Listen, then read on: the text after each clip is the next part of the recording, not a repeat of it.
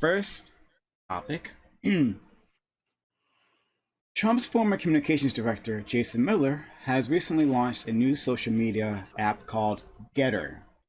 It's effectively a clone of Twitter that is touted as an anti censorship platform for conservative voices.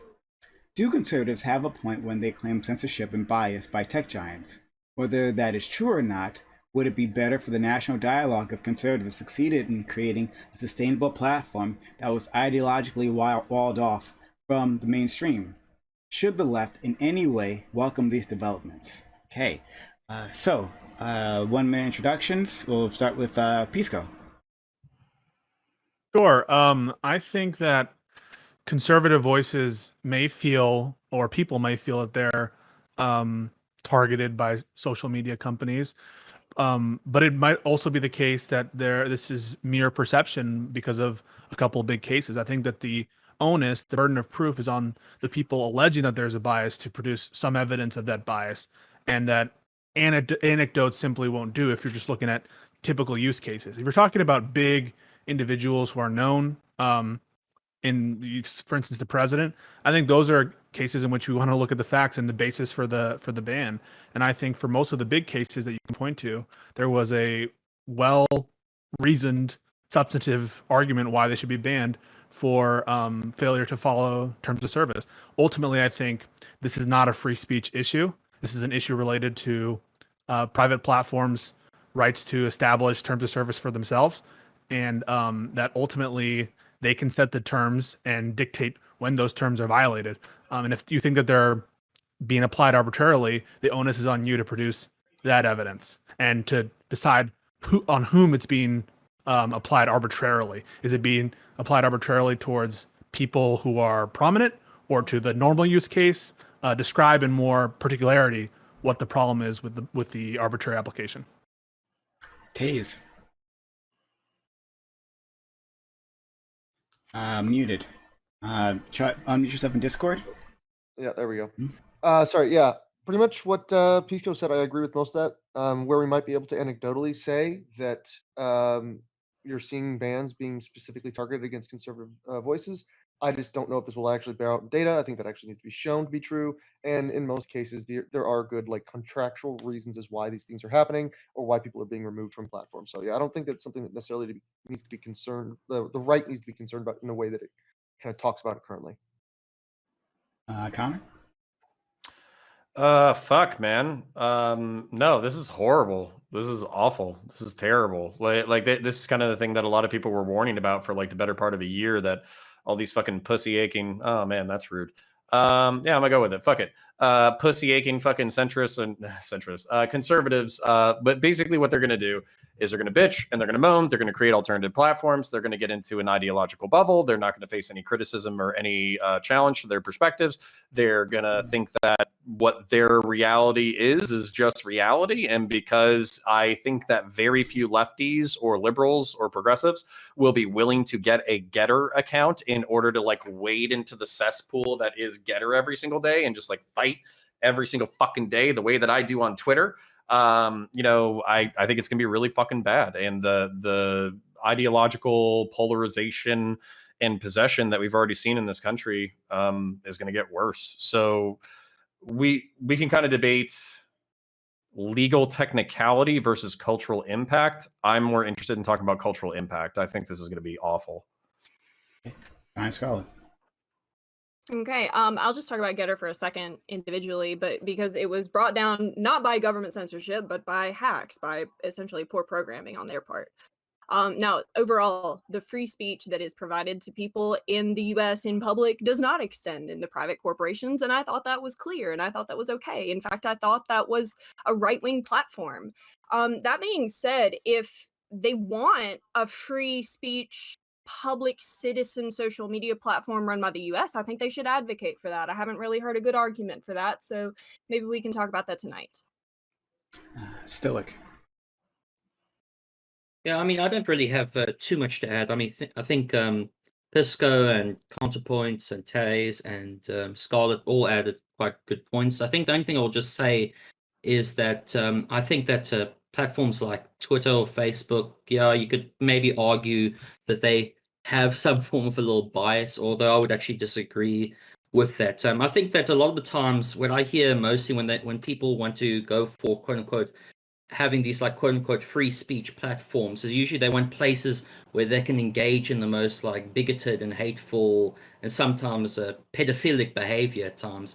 I mean, I think there's been a bunch of apps like Parler, which was shut down initially. I think Gab's still around. I don't know if that's still around, and I thought that was kind of like one of those far right wing platforms. So I think that at the end of the day, I agree with pretty much everyone with what everyone has said. I should they usually are banned due to like some form of hateful content that they spew into other people, and basically the platforms are saying, hey, that's not good what you're doing over there, you kind of can stop that. And I think sometimes it's just like an excuse to have like platforms where they can essentially be bigoted, and I don't think that's a good thing. And I agree with most of everyone said. Yeah. Tonsil. Yeah, I think that what Counterpoint said a second ago was really interesting, and that's something I hadn't really thought about before. I personally did make myself a Getter account because I think that it would be really fun because I like arguing with people on the internet, and it's just one of my pastimes that I like personally. I think that there's a lot of people on the left that will say that there's no evidence whatsoever that the right wing is being like disproportionately discriminated against or something like that. I disagree with those people.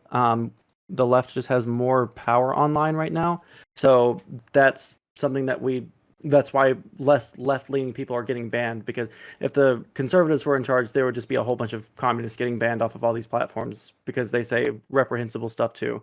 So I think that Getter is probably an okay thing, but it needs to it does need to have a lot of left-leaning voices on there so people aren't in a perpetual echo chamber. You said something I think is really interesting. Okay, let's go, Dooby. We'll touch on that later. Dooby. Okay. So yeah, I totally agree with Connor on this actually. I don't think it's a good thing when people kind of shuffle off into their corners and jerk each other off over the caricatures that they've created of their ideological opposition. I think it's a good thing when people are able to, speak to the quote unquote other side.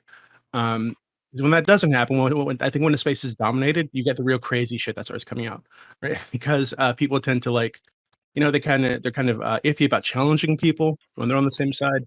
If they do, they're not going to challenge them in the same way that someone with totally different axioms or principles would. So you end up with like map shit on Twitter from like the far, far, far left, right? And I'm sure we'll see justice. I mean, we've already seen crazy shit from the right. I'm sure it'll get much worse if they kind of stay in this echo chamber. So it seems like a bad thing for the public discourse, and a bad thing overall. And whether or not they're being like there's bias, I don't think there's any evidence of that. It seems more like the culture has kind of shifted. Conservatives are a little slower to adjust to the new culture, so they're saying things like the T word and whatnot on these platforms, and getting their accounts removed. So, yeah, that's my position. Adarana. Hello. Sorry about that earlier. Really quickly, as I was saying, I'm moving houses, so I'm just in like random places using a laptop. So that's why my signals going back to like pre-March type of streaming. Sorry about that. Yeah. So on this topic, yeah, I think that like conservatives are being taken off and removed from platforms and being censored, but I also think that the left gets censored too. I would agree that it's probably more skewed towards the right, but I wouldn't necessarily say it's disproportional. But I would concede and say that it is skewed. But at the end of the day, I think it's like part of TOS. TOSs exist to keep people like safe online so that we don't go onto Twitter and find it to be any more miserable than it is, because it's already fucking miserable. Imagine if we didn't have the TOS that we have, it would be absolutely abysmal. And yes, I think people are allowed to go and make their own platforms, but I also agree that there's never really been anything good that comes out of people being in their own ideological circles. 4chan is just so lovely, and 8chan's even better. So yeah, I think there's probably some type of way in which we can make concessions where people aren't just continuously making these echo chambers, soggy biscuit, circle jerk platforms that eventually cause radicalizations on both ends. But I also don't think that like the answer is to just concede and like not eliminate people that are being absolutely toxic on like, mainstream social media. So there's an in between here. I just don't know what it is. But at the end of the day, the answer is not Getter. So something that Sansol said, implying that the left has more power online. Is that actually the case? Do you agree with that? I don't. I mean, like, No, just Really? to everyone. Go ahead. maybe there's like more 12-year-old Twitter warriors that happen I to be think that lefties, but I wouldn't to say to that be like clear. they really matter. Oh, I'm sorry. Well, I thought that No, it was it's opening up it's to. open. It's open. Yeah. Oh, okay, yeah. So to be clear, when I say we have more power online, the corporations are much less likely to start getting mad at people about saying things that are left wing than they are about like right wing, like more reprehensible things. So like, Could we go well, ahead I don't and think just that's really true. quick? Could we go ahead and just really quick outline the toxicity? I would really appreciate that if we could outline what we think these people are getting banned for, that they are complaining about getting banned for. Because if somebody is advocating violence, whether they're left or right, it doesn't really matter. You can't really say that they're being quote unquote censored. But what are the right wing takes that we're seeing people be quote unquote wrongfully censored for? I It's think this not- point needs an being additional wrongfully. this point needs an additional exclamation point. It's a really good one. Mere evidence that a group of people is getting banned for more is not enough to know that there's some systemic bias against that group of people. Suppose that a service platform said that it was, against terms of service to have pornography on your page, and for whatever reason, liberals or left-wing people were more likely to post that. Just knowing that there's a discriminatory effect, that liberals are getting banned more, is not enough to know that there's some kind of arbitrariness or hypocrisy. I think Johnny's point is a very good one. Is it a rightful ban? And is it being banned in accordance with the terms of service? Right, really Well- quick. Just to be clear, before people like misconstrue what I mean, I don't think that the bans aren't like. I don't think that they're wrongful bans No, necessarily, you right? don't think they are, but the right wingers do. Oh, I want sure, to know yeah. I want to know what the right wingers think they're being censored about. That's not violence. Well, can I? Yeah, so I would like to address that head on. So I think probably the primary thing that people are being banned for is probably misgendering. That's probably like one of the primary things, is like refusing to use people's pronouns, intentionally misgendering, all that kind of stuff. They get reported for that. They get nuked. Then I would also say probably the other one is probably like quoting. This is just off the top of my head. Probably like quoting like criminal statistics in a situation about like BLM or whatever, where they're just like, oh well, did you know 1350 and like so basically being dicks in that regard. So oftentimes what it is, I would say, is just kind of like a willful douchiness, to not understand the other side and to kind of like basically just be cruel just to be cruel. But that being said, what I'm afraid of, and this is kind of what I was articulating, being afraid of, is the reason. So I don't know. I think in 2016, from 2016, I probably have like 2 or 3 I identify as a helicopter memes saved to my phone. But that's because I didn't understand, basically what the left was talking about when it came to transgender philosophy, transgenderism in general, all that kind of stuff. What it took was somebody explaining it to me in an intelligent way that I could understand, and all that kind of stuff.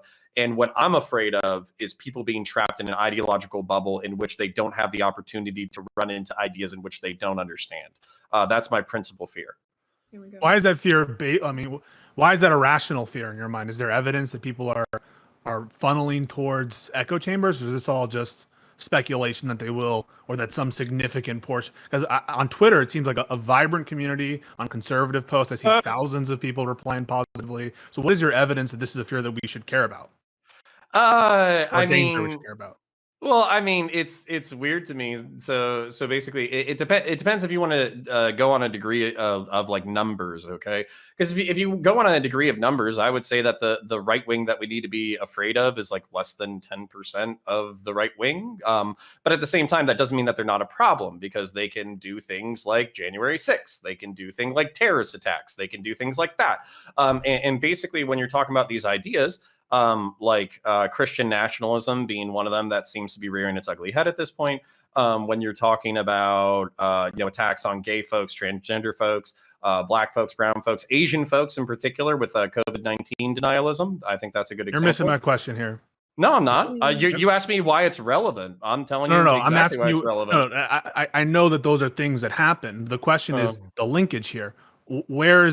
How is arbitrarily enforcing, if indeed we are arbitrarily enforcing terms of service onto conservatives, is that actually, one, putting people into echo chambers, and two, are those echo chambers actually doing what you say they're doing? I mean, you brought up January 6th. It sounds like a lot of the policies that we're complaining of happened post January 6th. So if that happened before this content moderation spree took place, how important was the echo chamber argument? Pisco, okay, so like I feel like this is like not a very hard logical like narrative to follow, which is basically people started listening to what they wanted to listen to. I like this is like a problem that's almost like universally agreed upon by almost anybody. So I kind of don't understand. Like, so if everything's fine, what's even the conversation, Pisco? Why are we even talking about You this? said 'Cause we should clearly be- everything's fine. One of the biggest things that I've seen coming out of the internet right now is not people moving into new spaces on Twitter and getting around Twitter bans. That's very 2016, if you will. But what people are doing now is getting together in very small private Discord servers that nobody knows about. They're getting together in other areas of the internet that are much more private and hard to find, like pinkpillfeminism.com, which has to have identified as a female in order to join through a Zoom call.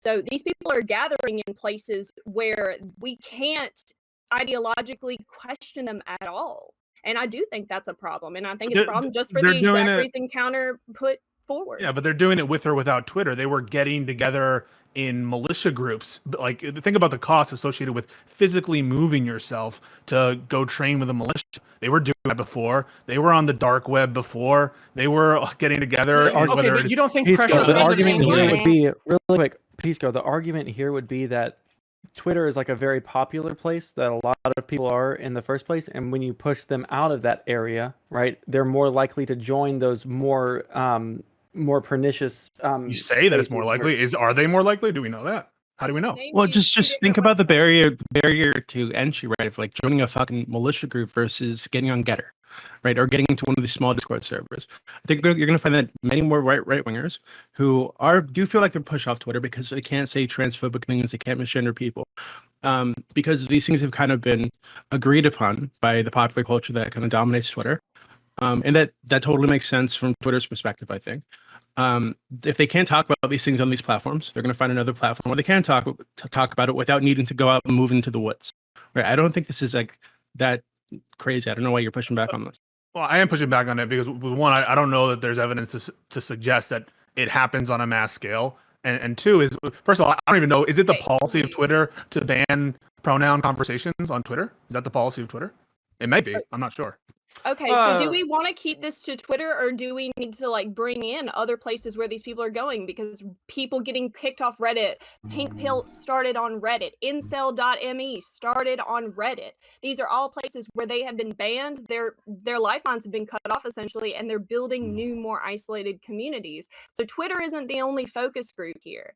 And so I do want to point out, though, if we're pointing out anyway that this is a really small part of the right, it only takes one person to commit a terrorist attack. But you're not considering the other part of the equation, which is potentially, even though they're more isolated or more extreme or whatever you want to say, supposing they are, it might also be a less effective community because they're not getting their message out as much as possible. And they're not promulgating. A lot of the concerns about the 2016 election, for instance, had to do with how easy it was to spread information like a virus. And a lot of those concerns are obviated if you have strong content policies by private platforms.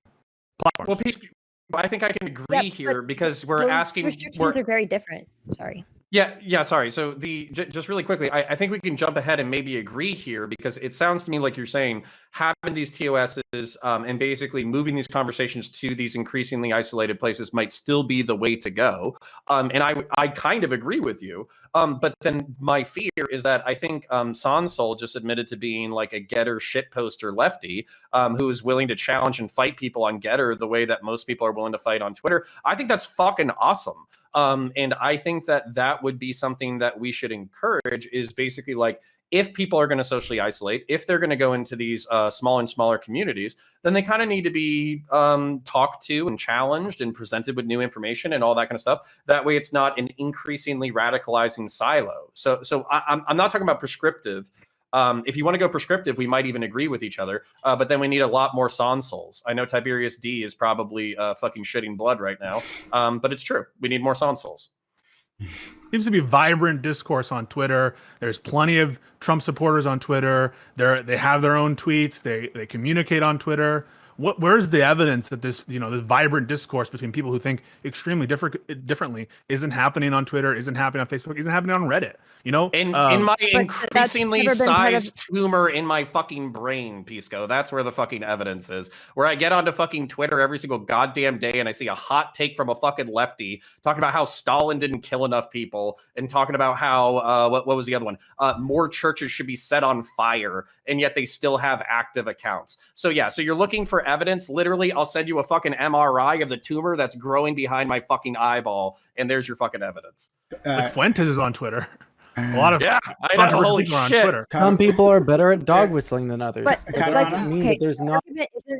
The argument isn't that every single person that's conservative is getting kicked off. Some people are good enough at being, I don't know, slimy so that they can say things that aren't explicit. But the problem is that people that have like the ideas they want to blurt it out on the internet are getting kicked off of Twitter. And then from there, they have to go on to other forums. And these forums don't have the same types of TOS as that like Twitter does. Twitter might give you like strikes, or they will let conservatives on. I know of people that like lefties that have gone onto Parler and then got it like deactivated because it says it's a free speech website. It's not a fucking free speech website. It's I want to have the conservative circle jerk and like hate crime like website. Like that's what it is. So like sure, Sansol's gonna be on there, but the second that they figure out that he's a lefty, he's gonna get banned.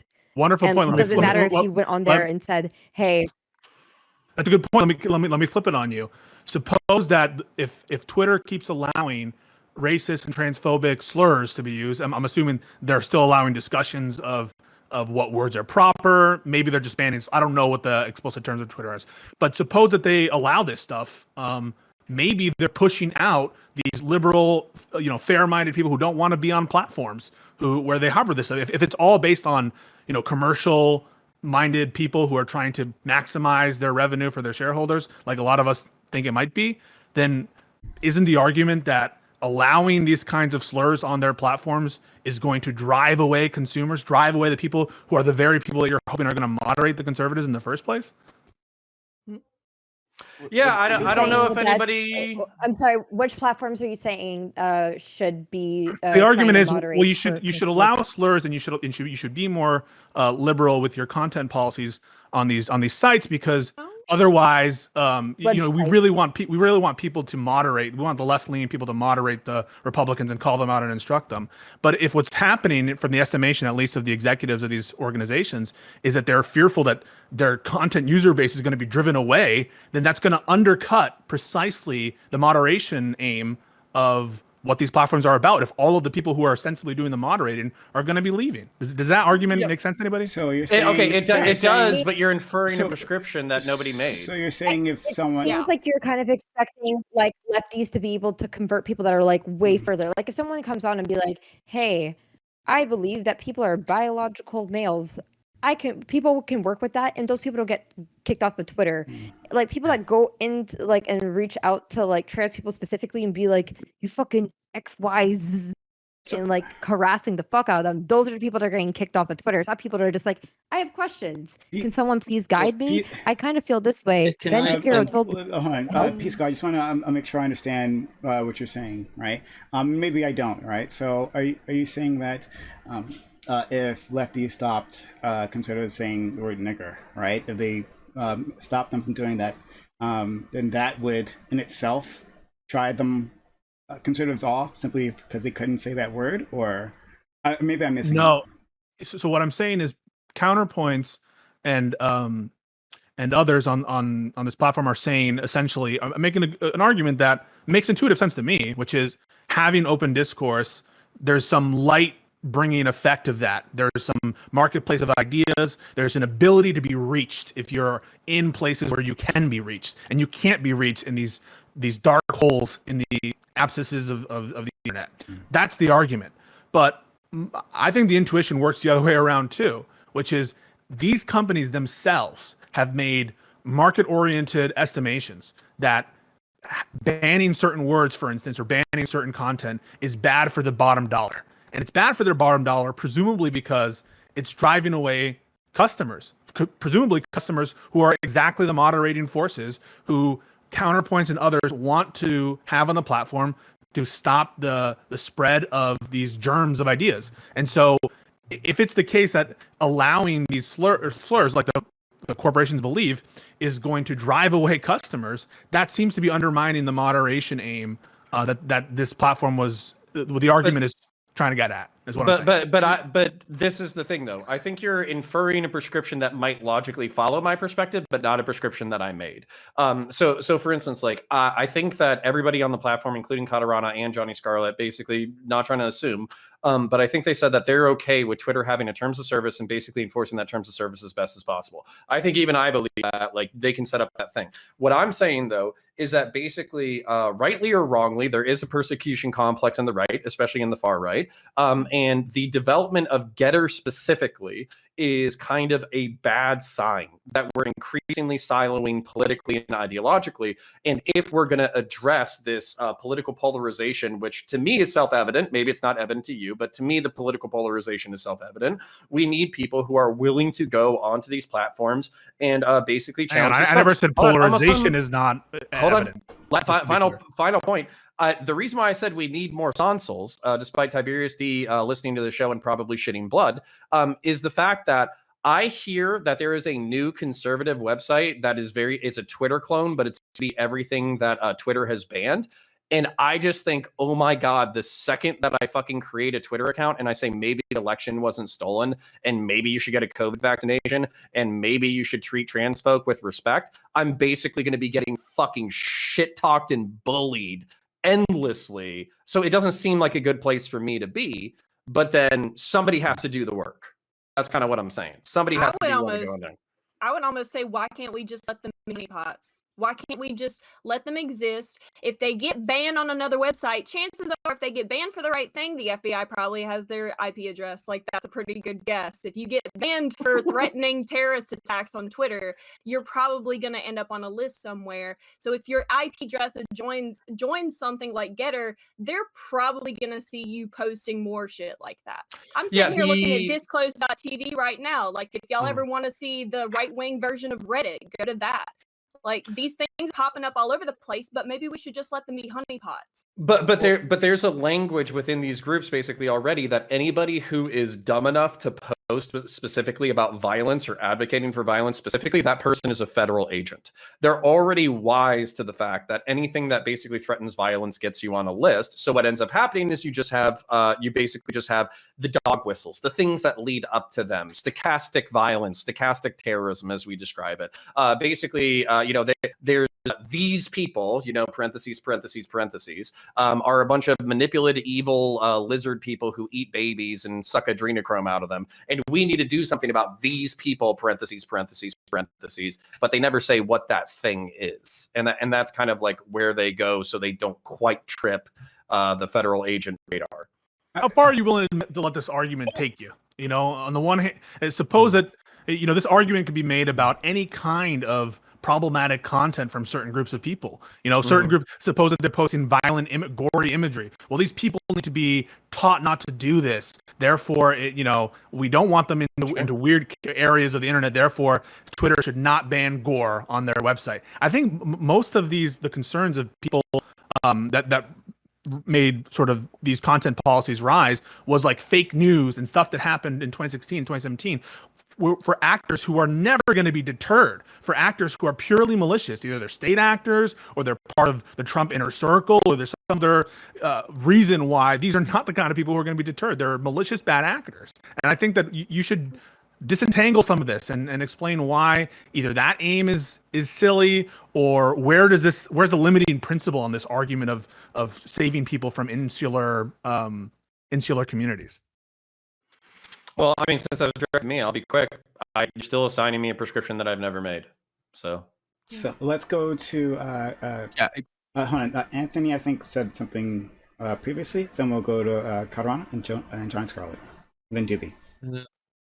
Yeah, I just I think it was someone mentioned the point a bit earlier, but I just want to say when it comes to even Twitter TOS, like they're not really applied across the board. I mean, like things that, for example, I know this is like an old conversation, Trump or even other like bots were essentially taken off the platform for. You'll still have like, you could say Arabic accounts or Farsi related accounts. You'll say the same stuff in a different language, except that's not being kind of like counted or anything like that. So I would like to just see, at least when it comes to just, if they're going to be allowed on the platform, I guess it should be like, it's already across the board, but I kind of agree with like most what everyone said here with like not trying to prevent like these little echo chambers and that, because but then again, I don't know how exactly you would be able to monitor it unless you want to like go into those places and like kind of like upend it. So I'm a bit, I just want to just like add a little caveat earlier. So yeah.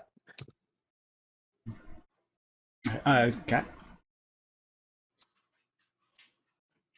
I guess some of the advocacy is like, oh, we want to make sure that we're preventing violence, but I think there's problems with having these types of websites beyond a violence portion. I'm not worried as much about people tiki torching or January sexing. I care more about the fact that these are people that are go on and about in society, and like having them have these places in which they're able to get more and more radicalized.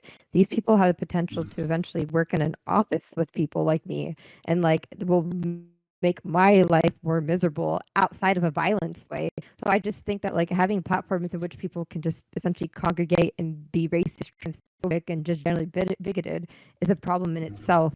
And like obviously, you know, having Twitter and having discourse, it doesn't single-handedly convert people from one end to the other. But I just don't really see any potential positive outcomes coming out of having this group of people to sit there and fester in their own shit all day. And at the end of the day, these are people that are, we live in a society. They go out in society and make my life a little bit harder every day, even if they're not, you know, burning down anything. Johnny, Dooby? Okay. We identified with Connor a particular issue, and I would like to address that issue head on, if you guys don't mind. If people are getting banned for, and let's just really call it what I think they would like us to call it. It's these people being rude or outright nasty to a lot of trans people, a lot of LGBT people, and then getting mass reported by those people's particular, very, not insulated, but very in-depth communities that all run together, basically, that are active every day. And so I do think that there is a sliding scale from what Pisco is saying to what Connor is saying, which is, on the one hand, yeah, maybe we could not mass report people who ask about your pronouns or who are a little bit rude at first because they've never met a trans person before. Maybe we could be a little bit more sentimental to people on that. But on the other hand, that's not the same thing as being banned from a website for posting gore or posting something like a threat of terrorism and violence. And also, I want to say to Kat's point, I worry because these are the types of like pink pill feminism and incel.me and all of these other places, disclosed.tv. These are places where teenagers, it's not just adults who can do whatever they want. This is a place where new teenagers, especially teenagers who grew up in rural America, are becoming radicalized, and female teenagers in particular are becoming radicalized in a way that will make them be abused. They will not just be like, it's not just growing terrorists, it's growing the wives of terrorists, and that's scary as shit to me. So I do worry about these people festering, and I do want to help them, but at the same time, like, obviously there's a sliding scale from what you should get banned to what we should actually help them about. Okay. Dooby, and then Taze. Yeah. So I think so Connor keeps saying that you're implying a prescription that he never made. And I think, Connor, correct me if I'm wrong, it seems like Pisco keeps implying that you're saying that these people shouldn't be kicked off Twitter. These people who are toxic and rude, they shouldn't be kicked off Twitter, and that they shouldn't be pushed off to some other platform. But I don't think that's what Connor is saying. I think all Connor is saying is that this is the reality of the situation, is that this is happening. These people are forming in echo chambers, whether it's Getter or Parler or whatever the fuck else they have. Given that that's the case, we need to encourage people to go into these spaces, toxic as they are, and to debate these people and to present the other side. I think that's all Connor is saying. Correct me if I'm wrong. And I agree. Twitter's doing it perfectly, right? So you would have no Twitter and Facebook, and all, they are doing a great job with respect to content moderation. Is that your position, Counterpoints? Well, I don't know what you're implying. I think they're doing what they can. What's your perspective? So we're here to discuss these platforms' roles, what they're doing, are they being unfair, are they being arbitrary? And your point here is, well, I don't care to comment on what they're doing. It seems counterintuitive to why we're here. You don't have a normative position on whether or not the content moderation by these platforms is productive, not productive, bad, good. I love you dearly. I really do. But I would like you to forward an opinion of your own. But what I mean by that is you constantly ask me my opinion so you can poke holes in it. Why don't you just tell me your fucking opinion? My opinion is that Facebook and Twitter are doing the best they can. I think it's really hard to moderate a few billion people and their individual behavior. I think it's really hard to moderate accounts when they go into private Facebook groups and basically nobody reports in those private Facebook groups. I think it's really hard when you ban a certain profile and then they literally just create an alternative profile using a VPN and a different ISP address and then just come right back onto the website in order to do the same shit over and over again. I think that shit's hard. And as much as nobody's going to fucking cry for the poor tech companies out in, San Francisco, fucking, ooh, poor them. I do think that they're doing their fucking best considering an insurmountable, technological world that we find ourselves in. So I think they're doing their fucking best. But again, okay, cool. Then my thing, which I'll reiterate again, since Dooby articulated it beautifully for me, is not so much as I give a fuck about the terms of service of a private company. I'll take the fucking private company argument. I don't like it, but I'll go with it. Fine. It's a private company. They decide who comes on their fucking platform. All right. Okay, cool. And then they ban people. Okay, cool. I don't want those people to silo. I don't want them to jerk each other off. I don't want them to become ideologically isolated because I think that's how they become radicalized and shittier than they already are. So for the 50th time, we need more people like Sonsol. That's it. We need fucking assholes who will spend all day jumping on the internet and arguing with people they hate because they think it's fun and it makes their dick hard. But just to be clear, Facebook, Twitter, no need to change your policies. You're doing a good job. Yeah, they're my fucking heroes. I love Twitter and Facebook. As a matter of fact, if I could shake the hand, how we say thank you for your service to first responders and cops and shit. If I could say that to the heads of Facebook and Twitter, that's what I'd do right now. Thank you for your service. All right, Counterpoints is with Facebook, Twitter, and the platforms and in their policies. He laments the side effects of those policies, but ultimately he thinks that that's just the cost of doing business, and he hopes that we can do some good by having Sonsol-like messiah figures entering into these platforms. But ultimately Correct. He thinks in the cost benefit of things, Facebook, Twitter, Reddit, they're doing a decent job. Well, okay, so hold on. You bring up an interesting point. So the question that you kind of bring up, or what I think you're implying, is should people be banned in general? Should these ideas be banned in general? Should we be trying to push these things into different things? And I think deplatforming works. When's the last time that anybody heard from Stefan Molyneux? When's the last time that anybody heard anything relevant from Milo Yiannopoulos? When's the last thing, even Lauren Southern, somebody who I've had friendly interactions with, she is not the same character that she was 3 years ago. And that's because of deplatforming, and that's because of social and cultural pressure pushing people out of social spaces. So I think deplatforming has its role. But again, my fear, articulated for the 50th time, is that I don't want people to isolate and self-radicalize. I'd be saying the same thing for jihadist terrorists or fucking hyper-nationalist Zionists or I don't know. If trans folk decide to start like fucking slipping hormones into our fucking Cheerios and like, I don't know, like that, then yeah, I'll have problems with that too. So. Oh, yeah, I'm sorry, Johnny. You want to slip fucking hormones into my fucking Cheerios?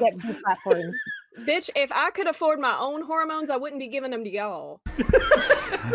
Let's go to Taze. Yeah, wait, I'm sorry. Sorry. Wait, really quickly. When did Lauren Southern get deplatformed from anything? She hasn't, but she just backed off. Yeah, but okay, then that's kind of a different argument there then, right? Like she just kind of like stopped because she realized that that way of making money maybe wasn't the most profitable, or maybe she had a great awakening. Who knows? Well, yeah, it seems like there's a chilling effect, right? She saw other big content creators getting deplatformed, and this led to her. Seems like this led to her softening a lot of her rhetoric, pulling back on a lot of the crazy shit she was doing. She was going out with what was it? Identity Europa or some shit like that, and harassing refugee boats at one point. So she doesn't do crazy shit like that anymore. And I think part of that is the chilling effect that deplatforming has. How do you know that? I mean, this is a person, I've read some articles about her who had some nasty encounters with members of the alt-right who talked to a reporter about how it made her not want to do these kinds of things. Her backing away from a lot of this content happened pre-January 6th when all of the uptick in content moderation was going on. And so I don't know how you can just say, well, I think it's because of chilling effect of speech. How do you know that? Well, I don't think. Okay. Oh no, I mean, like I'm not her, so maybe she can come on the show sometime and articulate her own perspectives. But basically, it's like, you see your boys getting taken out left, right, and fucking center. Another person that I didn't even mention because I didn't even think about them was Gavin McInnes, the head of the Proud Boys, who also basically has been taken from a pretty front and center prominent relevancy and has kind of been pushed into the background. So I'm saying deplatforming works. It has a chilling effect. It changes narratives. It shifts people's perspectives, all that kind of stuff. What I don't want to happen. So for instance, this is my example. The Groypers, Nick Fuentes. If I make a video with Nick Fuentes' name in the title, I have people who come into my comment section and they say America first is inevitable. And it's this kind of like zealous cult-like behavior that has at least a few, like tens of thousands, if not maybe 100,000 people who all subscribe to it. And I feel like it's a pretty radical political organization that could potentially grow in spite of deplatforming. These people still need to be challenged. Their ideas still need to be challenged. And I don't think that's crazy to say. I just want to say 6 Foot Ant in the chat just made like the most amazing point that I wish I come up with, but I'll give her the credit. She said, I think it's she. I'm sorry if I got the wrong pronounce. I think she said, you want these people to be on these platforms so they change their opinions, but then you cry foul when they actually moderate their positions. Which one is it? Do you want them to moderate? I don't think anyone cried foul about Lauren Southern changing her opinions or softening rhetoric. Well, like, isn't that a good thing? Yeah. Isn't that the result that you want? Yeah, I agree. It's a good thing. I don't think it's a good thing when she's harassing refugee boats. I think it's a good thing that she doesn't do that anymore. It doesn't encourage people to do that kind of crazy shit. So we're not blaming anybody for that. We're not saying, oh, this is the left's fault. No, but isn't that if you said that's a result? If you said that's a result of content moderation policies, then it looks like the policies are doing some. I mean, you said it that you think that some of the content I don't think anyone here has a problem with the policies. Okay, I don't think anyone here has said. We're So not correct me just if I'm talking wrong. about Go content ahead. moderation policies anymore.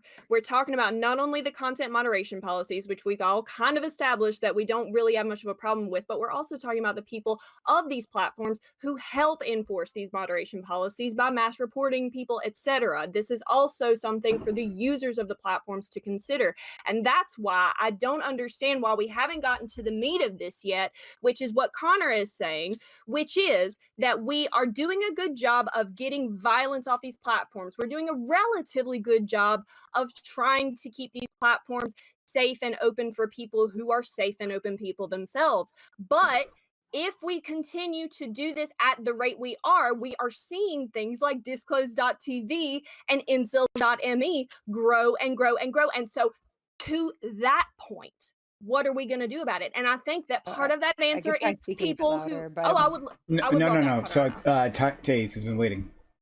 Yeah. So at this point, maybe I'm just repeating a few things, but like, yeah, to me, there's like a really prevalent problem where people are getting pushed into these little siloed areas, and descriptively, it's something we just have to address in the country. One of the big examples that I like to point up is when the Donald subreddit got removed, they just specifically relocated over to the Donald.win, and now I actually decided to try and find it. They've relocated a few times, currently at Patriot.win, so just another stupid URL, but I'd be very willing to bet that there's a high level of connection between the people that are on that specific server and on that website and the actions that were taken on January 6th. And I'm willing to bet a lot of money that you could actually try and stop some of those actions being taken or remove some of the people from there if we had a better way to manage this. I don't know necessarily what that is. It's extremely hard to do, as it's been pointed out, but we have to at least talk about it. What more information did you need from January 6th? These people were practically telegraphing everything they were going to do.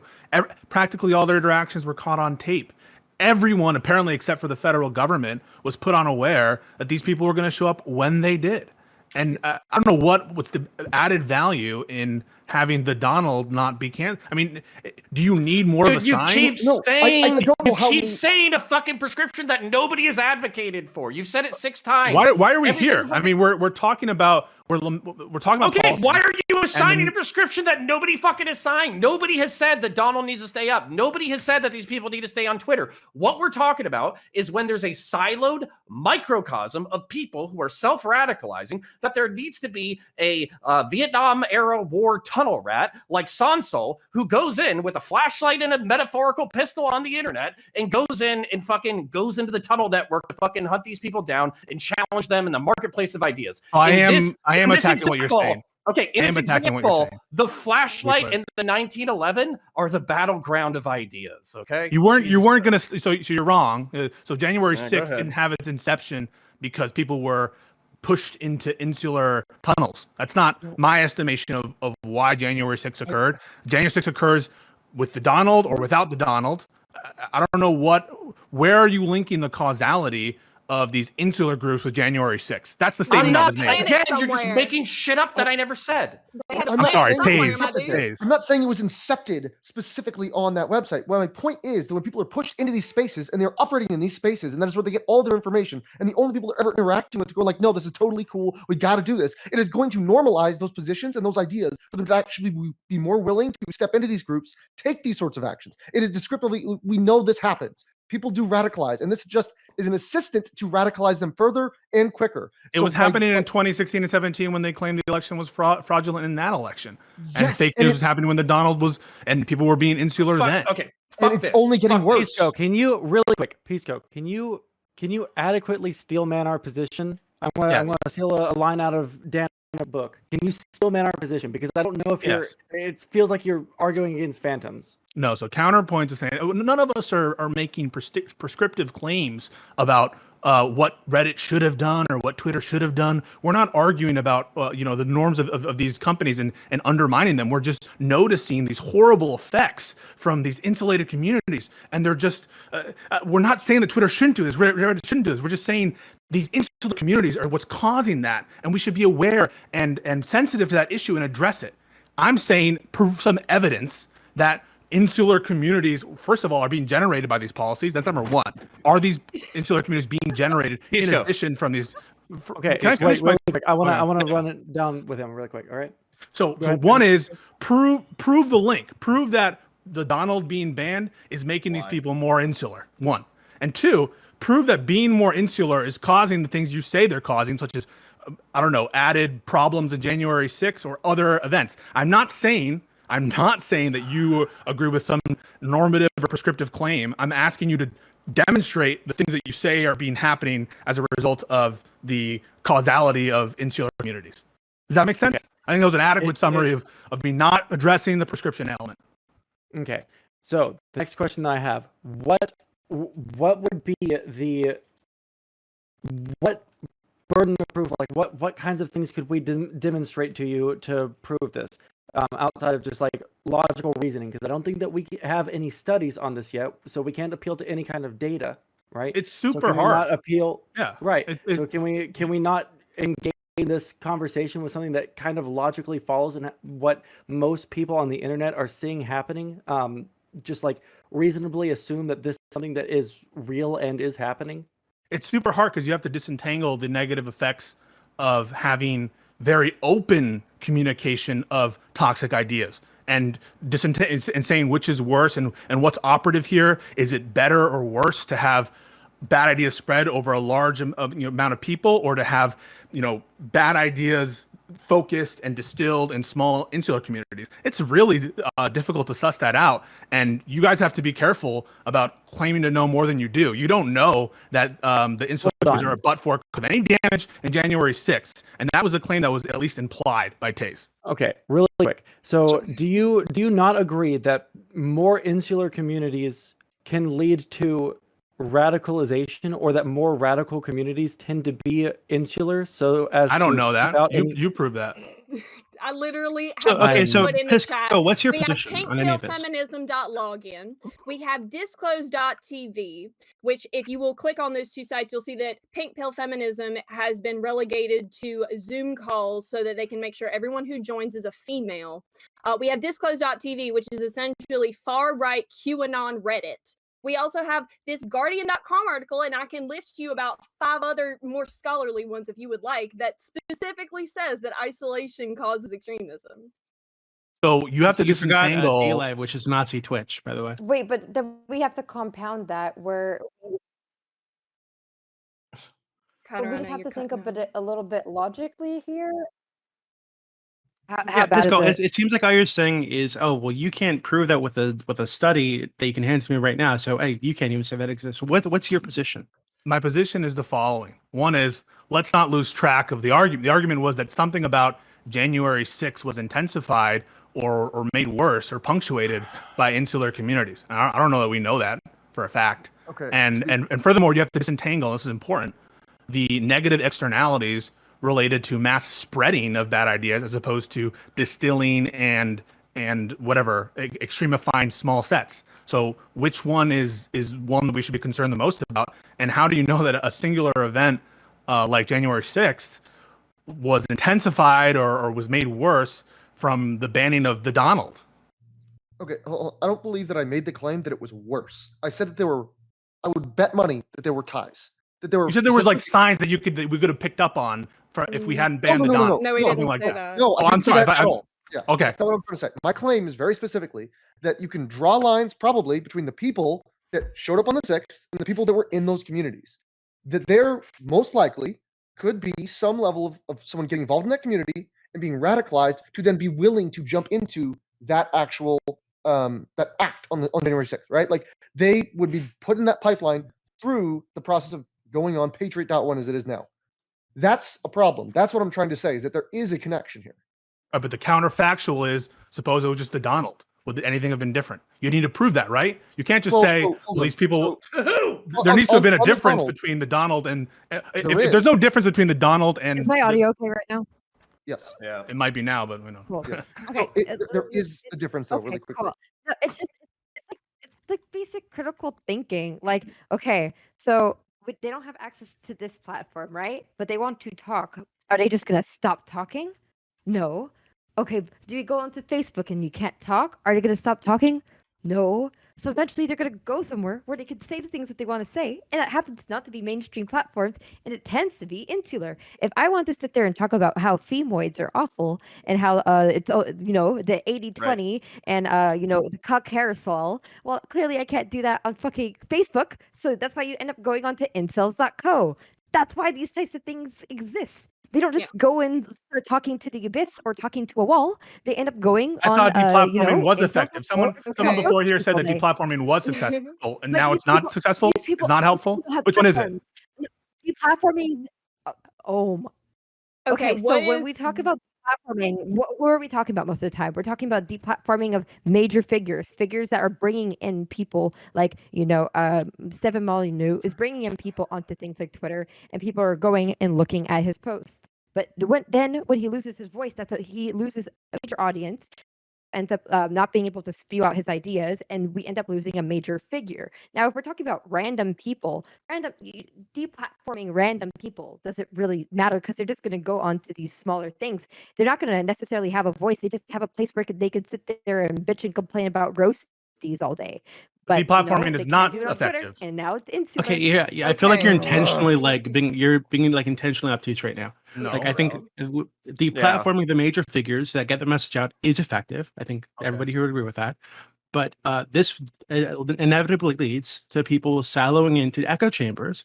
And given that these echo chambers do exist, we're saying that people should strive to go into these echo chambers and try to make them not echo chambers. Try to challenge these people within these echo chambers. I think that's all anybody here is saying. I don't know why you're pushing back against this. No, I mean position. that's a banal point that I won't disagree with. I mean I agree that we should go into communities and make them better, and we should de-radicalize people. That's not I'm the point I'm happy taking it's so issue with. obvious. I'm No, happy that listen. it took us 40 But minutes. you're to not get even here. hearing me. I mean, you're not even listening to let me. Pisco go, and then we'll go to Johnny and Connor.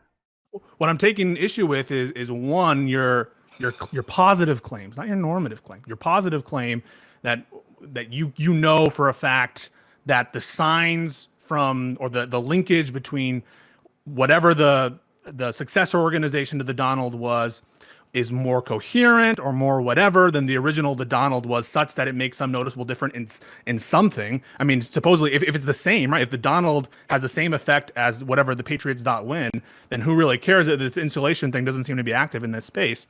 And then finally, you're not taking into consideration the other side of the balance, which is how many people are not radicalized by the non-perpetuation of these germs, of these thoughts. And so when no you're one is not saying the germs should considering be that, perpetuated. No one is disagreeing with that. Nobody's saying that we should allow the germs on these platforms.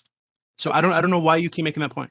what I'm saying is However, you don't know that the what- insulation isn't an effective strategy to contain whatever thought. Maybe it's the case that these people get radicalized, but maybe radicalization doesn't spread as much to other areas. You don't know that, and don't pretend you know that. here. Let's be nuanced about this for just a Johnny, second. counter, then Let's- Taze.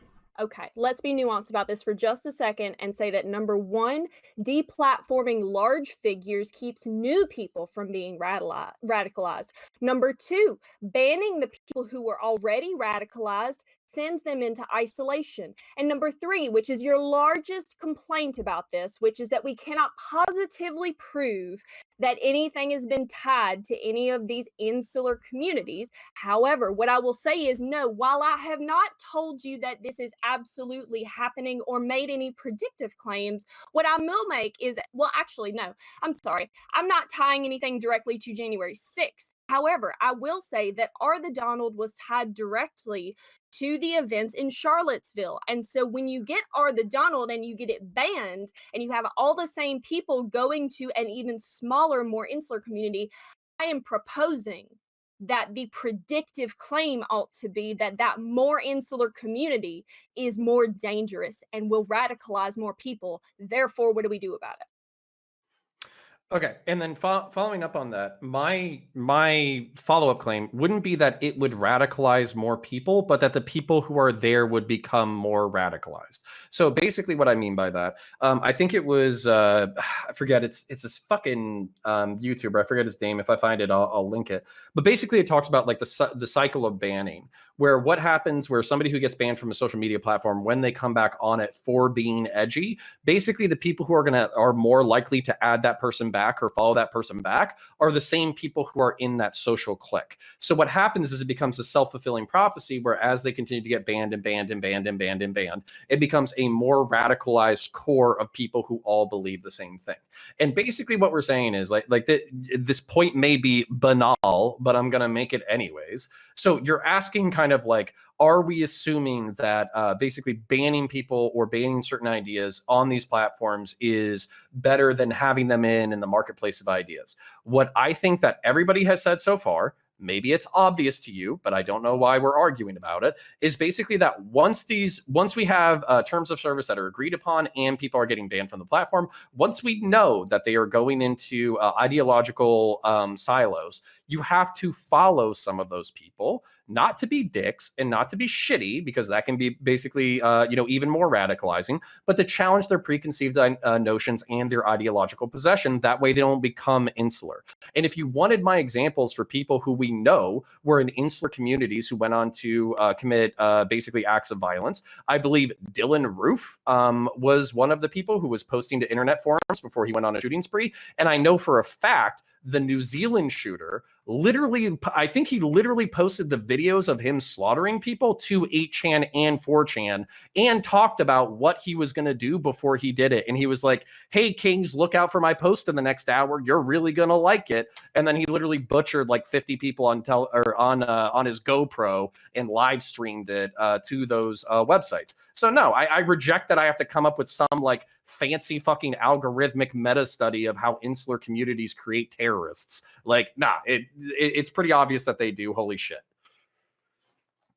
Yeah, and also just like to make this very one specific claim, there is a massive difference between them existing on patriot.win, for example, versus Reddit. Reddit has TOS. Reddit has moderation. This is like the big issue. It's why they were kicked off in the first place. We said it's as effective as it can be currently. That's the big difference, is that these people are not allowed to spread these ideas on this website. It's something we have to do, but once they're removed and placed in an insular community, they don't have that moderation. They don't have those rules. That's why if you've ever been on any of the variations of the Donald.win shit, it is so bad. It is active calls for violence, active calls for terrorism, all kinds of shit like this, because of the fact that it is allowed to exist in those communities. That's why it is actively different than the Donald existing on Reddit. Okay, big throat clear.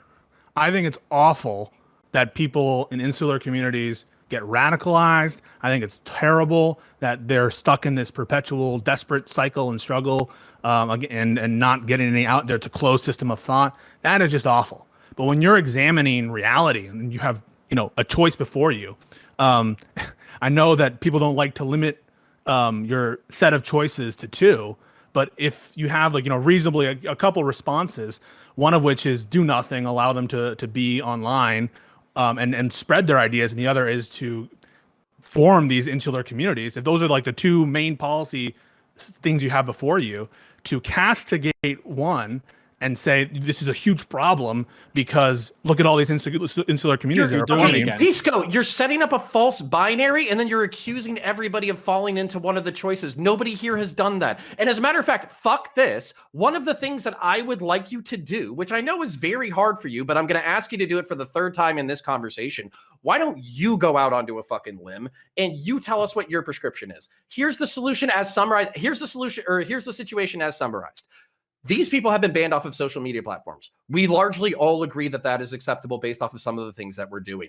I'm glad we have a consensus on that. They have been pushed into insular communities, and these insular communities are risks to other people because of ideological possession and threats of violence. We have to do something about this. This is not a binary switch between us flipping back to now these people are allowed back on the platforms. What is the solution with your fucking law school 8-head fucking galaxy brain that you think could help us fucking infiltrate these communities and fucking de-radicalize some folks or reduce the chances of terrorist attacks? I'm not going to speak on a matter that I have absolutely no experience on, like how to de-radicalize people. But I will say this. I'm glad that there's consensus that the content platforms largely are doing okay in their content moderation. I'm glad that's correct. My issue is with you guys not disentangling causality here. You don't know as much as you think you know. You don't know the damage would have been worse or better had it's been the other way around. And yeah, maybe you don't have insular communities, but now the idea is spread everywhere. That's but nobody said that. Is a problem. But nobody said it. No, nobody said it. if you're lamenting, oh my God, like, yeah, I agree. It's horrible that insular communities exist and they spring up, but you cannot then say, we know for a fact, or maybe you didn't say this, or imply that part of January 6th was a deliverance due to these insular communities being fostered. And if only we had not done that, or at least implying that. Did you just I think you're completely misunderstanding. So- ignore everything that I said? Did we give it a try? No. I think you're maybe misunderstanding. So we're lamenting that this is a necessary side effect of this other policy, which is kicking these people off these platforms that we all agree with. Right? This is a side effect of that Yeah, it's policy, horrible. and we think it's a bad thing. I don't think we're Now saying, what? hey, maybe we should have left them on there. I don't think anybody here is saying that. No, but you're making positive claims about what it caused. You're making claims that we're this asking caused questions this. You don't now know what? that. So Yeah, we're I- asking questions yeah, now hold on. what, Pisco? No, Do you no, have a no. solution? So So- you're making positive claims about what these I think insular it's single- communities Okay, had I their, made you a know, predictive hold on, statement. sorry. I made a prediction, and you have absolutely no backing behind your statement that my prediction has no merit. So what is your statement that my prediction has no merit? Because I seem to be like, I'm not the only person making this very common prediction, but you're the only person who is saying that it's false, and also you're the only person not giving a reason. so Wait, you don't before know. you respond, didn't you say earlier that you agree that insular communities lead to radicalization of some people? That Yeah, further they may. Yeah, but you don't Okay, know. so then what are the Oh, wow. consequences of radicalization? It might be the case that they cause harm, but you don't know Oh, shit. you don't have particularity. That's the problem. You don't know particularly that January 6th was this or that because of insular communities, and that it wouldn't have been worse in another world. With respect to your predictive claim, you don't know that these non-insular communities would have done things that are worse. You don't know as much as you think you know with the causality of these events. Is all I'm Are saying. you trying to say that, like for instance, people have gotten familiar with the alt-right pipeline, right? We saw that on YouTube, right? So YouTube, Yeah. Well, famously, at least for a while there, right? People may have disagree with where it is now, but at least for a while, was not taking any action really whatsoever against these right-wing platforms. It had a whole very complex, interconnected network of alt-right sites, right? So you start at the top, right, with like a bench of pro. Oh my God, he's right, you know, like these SJWs, they really suck, right? And then you circle down, right, until you get some really nasty stuff. So you're saying that if we had left things as is, right, that maybe we would have radicalized more because, you know, we have more access, like they have more access Bingo, to bango. more individuals, yeah. And that you can't say that having people like deplatforming, if we believe that deplatforming works, right? Like for instance with Alex Jones, right? Alex Jones lost his platform, and his reach is just like nowhere near. Like it's not on YouTube, and his reach has been completely neutered, right? He's around, but who the fuck talks about him, right? Because who is he talking about? Donald Trump, he created his own website, right? Just recently, it lasted for a month before he gave up on it because he couldn't get the reach that he had on Twitter, right? So you're saying in terms of this radicalization, if deplatform actually works, then how could you say that these insular communities are necessarily worse than having them? That you got it. Every choice, every decision, every policy maneuver needs to be measured in terms of opportunity cost and the other world. Had we not done that, it's, you know, if we have to bomb, let's say we have to bomb a town to save a city, you know, it's a horrible thing. We have to bomb a town to save the city. That is a ridiculous hypothetical. But you wouldn't then say, you wouldn't use that. Maybe I'm accusing you guys of too much. This kind of implied tone, like this was, you know, a cost that we're bearing, that, you know, maybe we were wrong to bear that cost. You have to consider actions and policies in consideration with their alternatives and what the world would look like had you put a different policy in place. You got it right. Pisco, Exactly. do you have any data from that other world that we're not aware of? You don't have it either. I'm not making a positive. No, I'm asking you, do you have any data I'm from the not other world making that a we're not aware of? positive. Convenient for you, motherfucker. Wait, one second. So one convenient. second. So you don't, right? We have the current world that we're existing in and trying to react to, and in the current world, these silos are being formed. There are dozens of them that we can go through, and I think all we're saying is that given that things do currently exist in our current world, we should probably try to break them up, try to encourage people to go into these I'm places. for that. Then what's the fucking problem? No, because people were making positive claims about how this was affecting January 6th and how Okay, no, One we're person also said that I think- maybe that was the That's case, why I and interjected. you ran with it, and you have run Yeah, with hold it for on, the past hold on. half hour. I've God said damn. I said very specifically, and I said there's a potential that this might have happened, which it was people might have been drawn into, being a part of January 6th just by being in those communities. I'm not saying it was worse. I'm not saying it would have been better otherwise. I'm not saying any other claim. I'm just saying we can probably draw a link between people joining that community and them potentially showing up at January 6th. I think And that's the reason we can relatively do likely. that, the reason we can do that, and I'm steelmanning you, Taze, I'm sorry that I'm interrupting you. No, no, The reason that we can do that is because we have ties to the Donald and things like Charlottesville, and we have direct links. You can click on my link that I sent you, Pisco, and you can see disclose.tv unfolding as the time goes by. It is literally people talking about QAnon shit in a Reddit style format, and it has gotten worse as I have been investigating it. I have been enveloped in the incel community since 2017. You think that shit hasn't gotten worse? You think I haven't seen that shit? You think the FBI hasn't released shit on this stuff? We have data. First of all, Johnny, Wait, we're actually, talking I about- have data really. I'm sorry, Pisco, but I'm gonna Yeah. contribute to your argument really quickly. Okay. Yeah. I do have some data from the other world.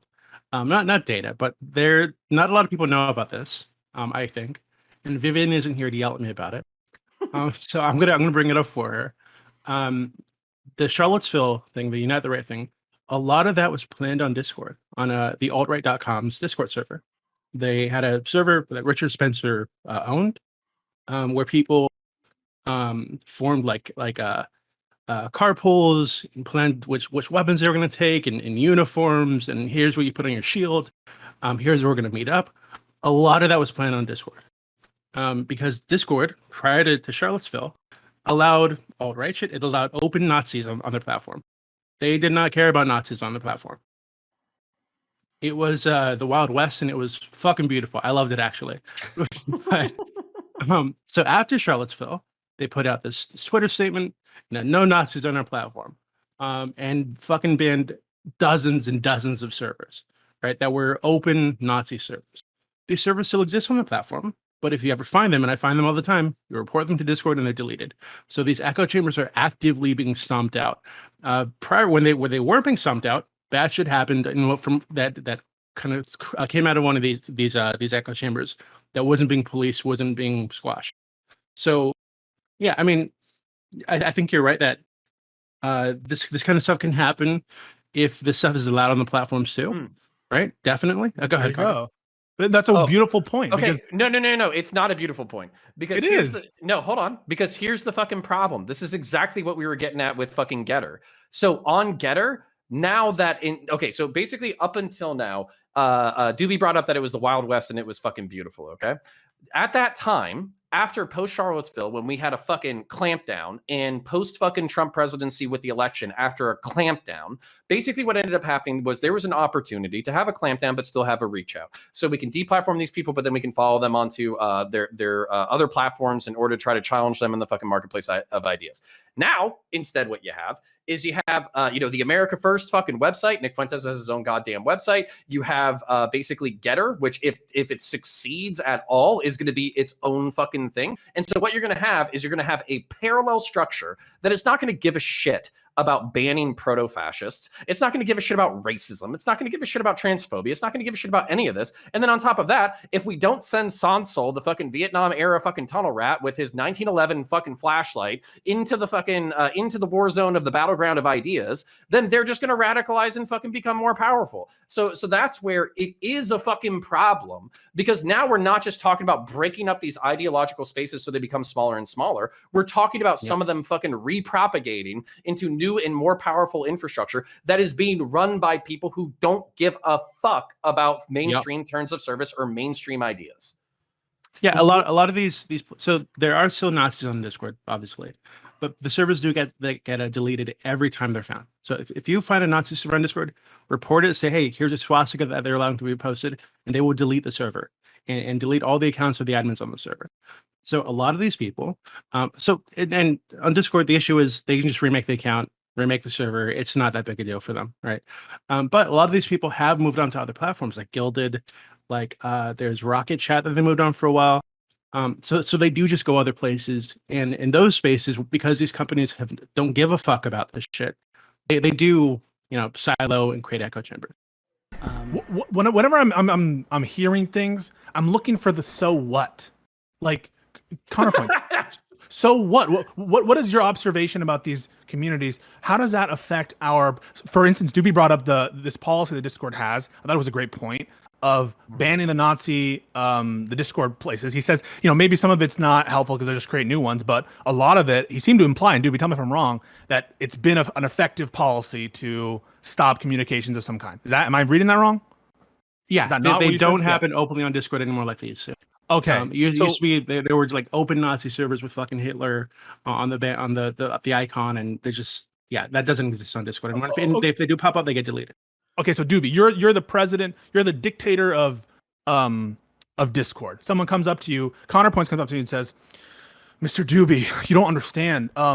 These communities, they're being made and they're becoming insular." What is your response to that statement? If I'm the president of Discord, I don't really care. Right, but yeah, I don't really. This is horrible. No. I don't really care if I'm the president of Discord. This is a worst example. Connor, please. Control your impulses, Mr. Cop. Killer. But I'm not the president of Discord, right? I'm someone who's politically engaged, who cares about this shit, and doesn't like echo chambers. So I think all we're saying is, given that this is happening, we should encourage people to break up these echo chambers. And I don't think anyone here disagrees. Well, what's the so what? Like, what do we do? Okay. Then into the town rep, Mr. So-and-so. No, Dooby, here's the fucking thing. I don't know how full of shit you are or not, but basically this is something that Dooby, according to him, does every fucking day. He runs Politics Discord, the biggest and best fucking politics Discord on fucking Discord, where we accept all kinds of fucking ideologically possessed fucking people, including fascists and proto-fascists and monarchists and neo-monarchists and all that kind of shit. And the reason why we want them here is because we can basically have conversations with them, with people that they would typically not interact with, and maybe they'll de-radicalize and maybe they won't, but who fucking knows? So the reason why, Pisco, your question is so weirdly pointed at fucking Dooby about what do we do is because Dooby's fucking doing the thing that I want to be done, which is basically creating like a multicultural, multi-perspective fucking political entity that allows assholes to fucking interact with each other. Counterpoint, you've maybe inadvertently chanced upon my point, which is, Dooby, have you or have you not received a ton of criticism on this platform, on other platforms, for propagating these people, for giving them legitimacy? Have you not received that criticism? And what do you think about that criticism? Yeah, of course. Okay. What do you think about that? I think you the do people realize who give what me that part of the criticism internet we're interacting on, there. right? We're literally interacting on the section. Like everybody, I think everybody and thinks we shouldn't platform anybody on this section of the internet that we are. Yeah, I think people who think what kind of just because people do think this. Oh, if you're a fucking Ethernet, just ban them, get them out of here. I think those people have just given up on de-radicalizing, given up on converting people to their side of the argument. Yeah, they're lost causes in my opinion. Not the Ethernets, the people who think that you can't convert people and change their mind. They're lost causes. Dooby, did you not, or were you do you consider having very controversial figures on your Discord channel? Yeah, I had Nick Fuentes on like 3 months ago.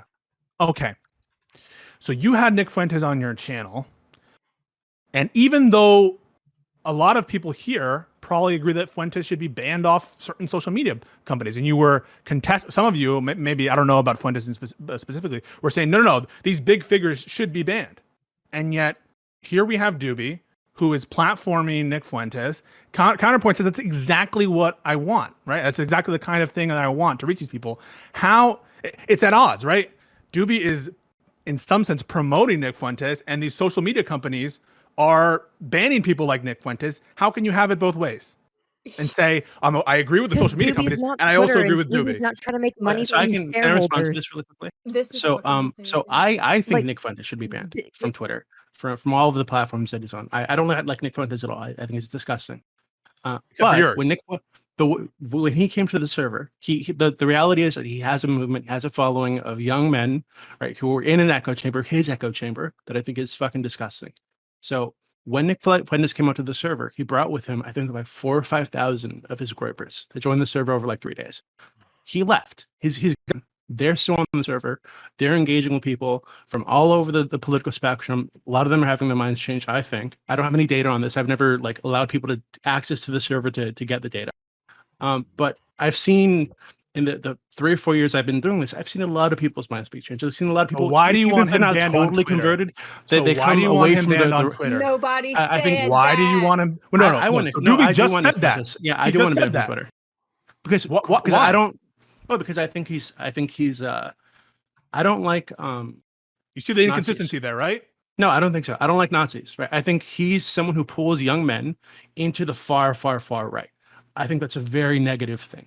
So then why have him on your Discord? I'd like his because my platform, my Discord server is like what 50,000 people. I think when we had him on, it was like 40,000. That is a drop in the bucket compared to his reach. I wasn't platforming him; he was platforming us, right? And I think yeah. So that's the way I saw that. It wasn't me giving him a platform to convert people. My server is extremely diverse. That entire AMA was people arguing with him, debating him about tons of shit. I actively reached out to people, people from the lefty Twitch space, and tried to get them to come on to debate him. Right. I think all but like 2 of them didn't show up, which is really annoying. Your community is smaller than Twitter, you would say, right? Aren't you scared Yeah, of about course. your insular community being radicalized by Nick Fuentes? I mean, aren't you concerned for your small community? It's He's not coming on your insular, platform. though. No. He's It's bigger not. than It's you. not insular at all. Well, he dwarfs you in size, right? And so Yeah. He brought on like 4,000 or 5,000 people. For like a week, we had fucking groyper spam in chat. We banned a ton of them. The ones that were not crazy enough that we could keep them on the server without risking the server, they stuck around. A lot of them are still very active on the server. A lot of them are no longer groypers. A lot of them are still groypers and peddling their nonsense. Like this is a long-term Realize the process. counterintuitiveness of this argument. The argument is we should be totally concerned about the insular small communities. And so therefore we should platform Fuentes on the insular small communities and not platform him on the big communities. But does Is that that Can you big I deal? don't Google think mine is an insular insular for a community. fucking Makes second? sense. Do you Yeah, know I what don't think my insular ser- means? Pisco, hold on. Can I Pisco? That literally doesn't Yeah. make any sense. Okay. His political server isn't just a right wing server or a left wing server or a centrist server. He said it's a spectrum server. There's Be nothing right back. insular about a spectrum. It's so it just Neither is doesn't Twitter. make any sense. The Have whole him on point Twitter. is that no, neither is Twitter, and he is on Twitter. But the problem is that we don't want people to go and move on to things like 4chan, where it is insular. I don't like him. I don't like him having a platform, but as long as he doesn't break TOS, I think he still is legally able to have it.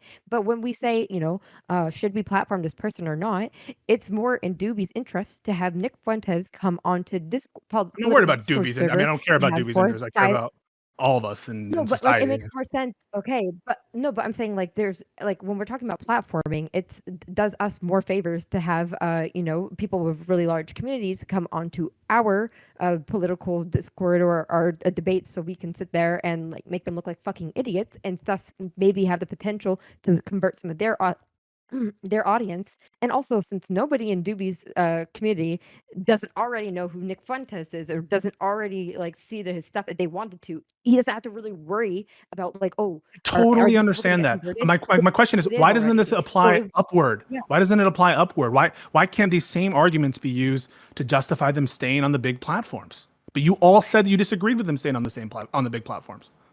What's the limit? Why not? Presumably on Facebook and Twitter, they'd have more opportunities to be criticized for their beliefs and to have these discussions. Sure. So the difference is it's when we're talking about like a Discord server like Dooby's, platforms, as right? long as they haven't broken TOS. It's that, but it's also we can make the judgment call whether they're going to be making they're going to get more or less exposure from something, and how it's like there's a lot of different kinds of things that you think about when you're talking about platforming people, right? So if I was to have the opportunity to debate Nick Fuentes, I probably wouldn't be platforming him. He would be platforming me because I have 2.7 thousand followers on Twitch, and he has an army of fucking groypers, right? So the difference here is there's a difference of how much they can like spread their ideas in that given area, right? Does that make sense? Yeah, that's what I was saying, that we're worried about how these ideas are being spread, and that maybe that should be operative as opposed to the insular community thing. That was my whole point. And everyone was like I'm attacking me like at I odds was with each crazy. other. Can you explain to me why this is at odds when we're talking about people that have no exposure to outside ideas?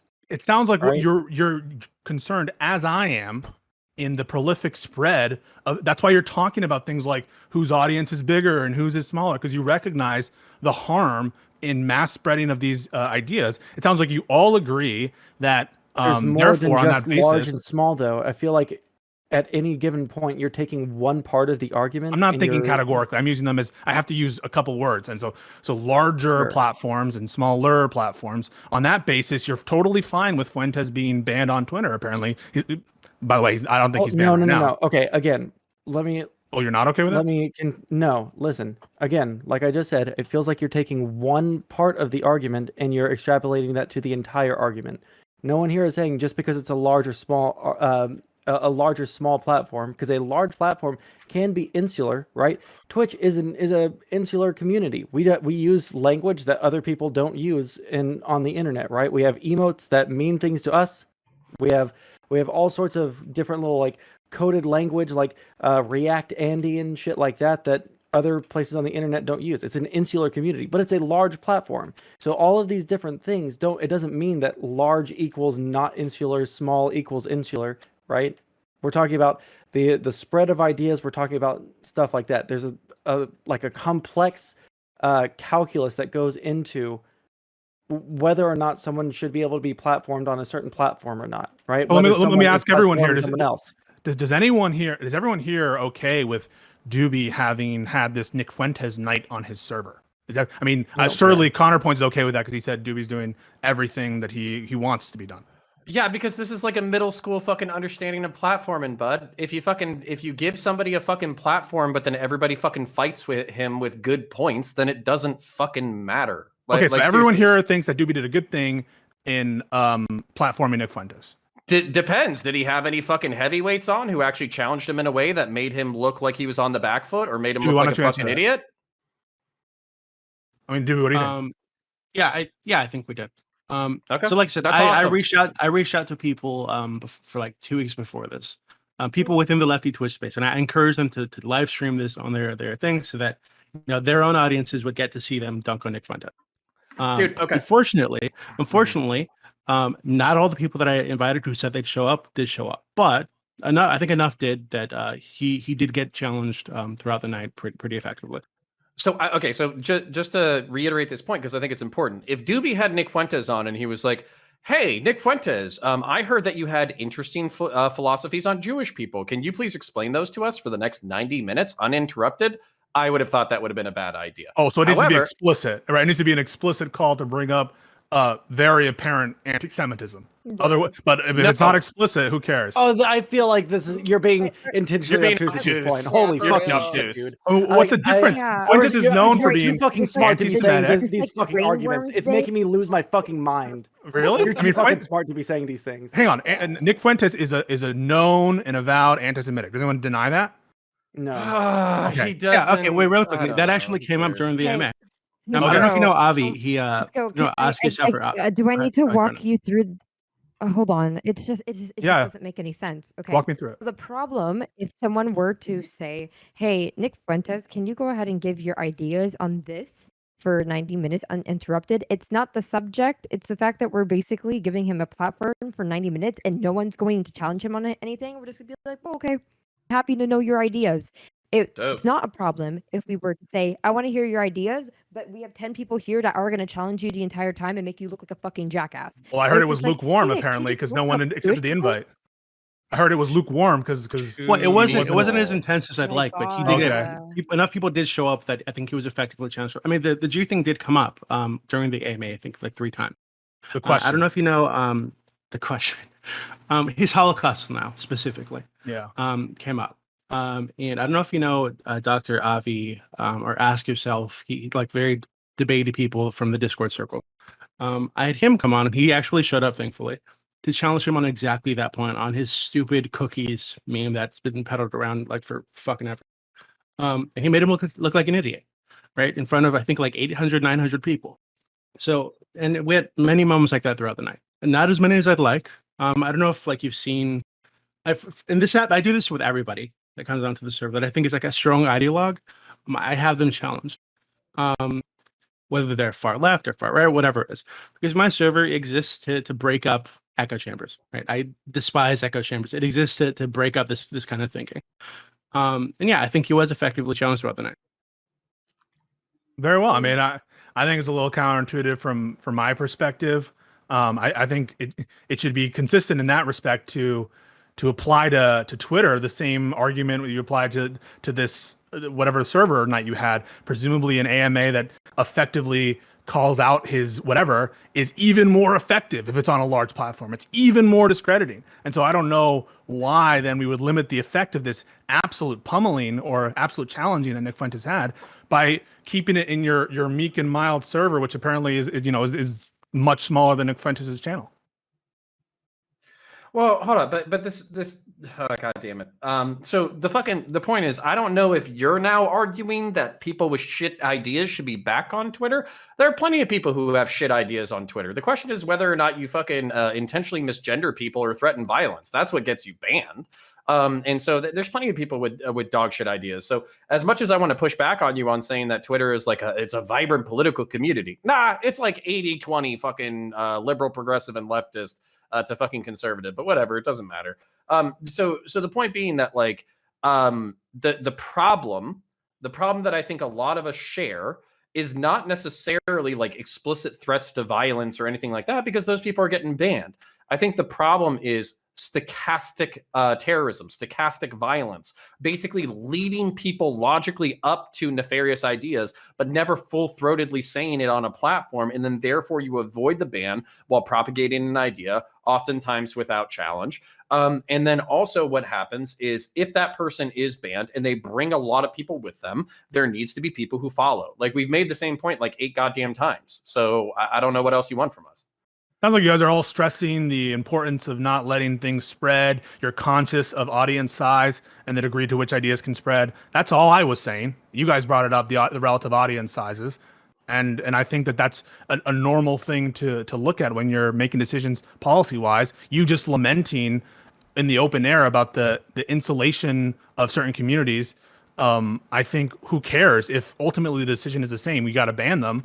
What are you bringing to the table by noticing the insularity of the communities, except by having additional policies maybe to supplement banning? Okay. You're being so specific. You're being so very specific about certain parts of what we say, including Twitch TOS, Twitter TOS, things like that.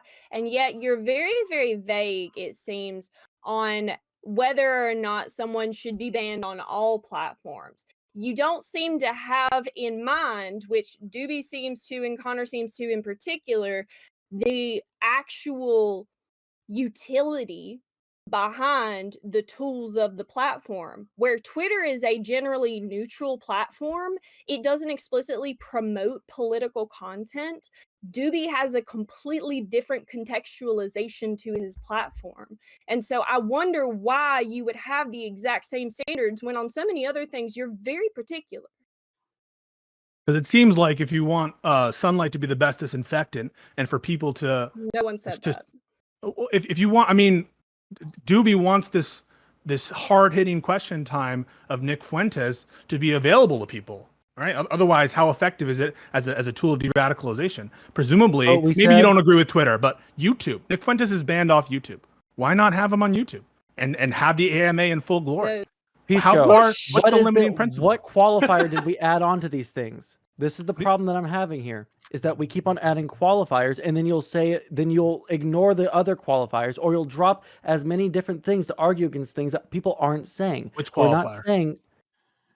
So let's take, for example, what you just said. Why not have them on YouTube? Well, because we're talking about spreading ideas. Well, if you're scared about spreading the ideas, why don't you ban them here? Well, we're also talking about not just like the spread of ideas into like large audiences, but also de-radicalizing is already held audience. So we would invite him into places that he's already well known in, right? So like we're talking about multiple different things. You're focusing on one thing at a time and then saying that the entire argument is stupid, right? It's a Goldilocks problem. You need the wherever you're platforming him needs to be tailored in such a way where it's getting at his audience, but no further. Nothing will ever be perfect in terms of trying to find a perfect platform to get all the groypers no longer being groypers, right? All we can do is do our best to make people no longer super radical white nationalists and try and maximize the people that get de-radicalized and minimize the amount of people that do get radicalized. I don't think that there will ever be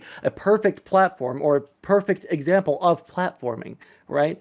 All we can do is do our best, and we're explaining to you different things that we can do in order to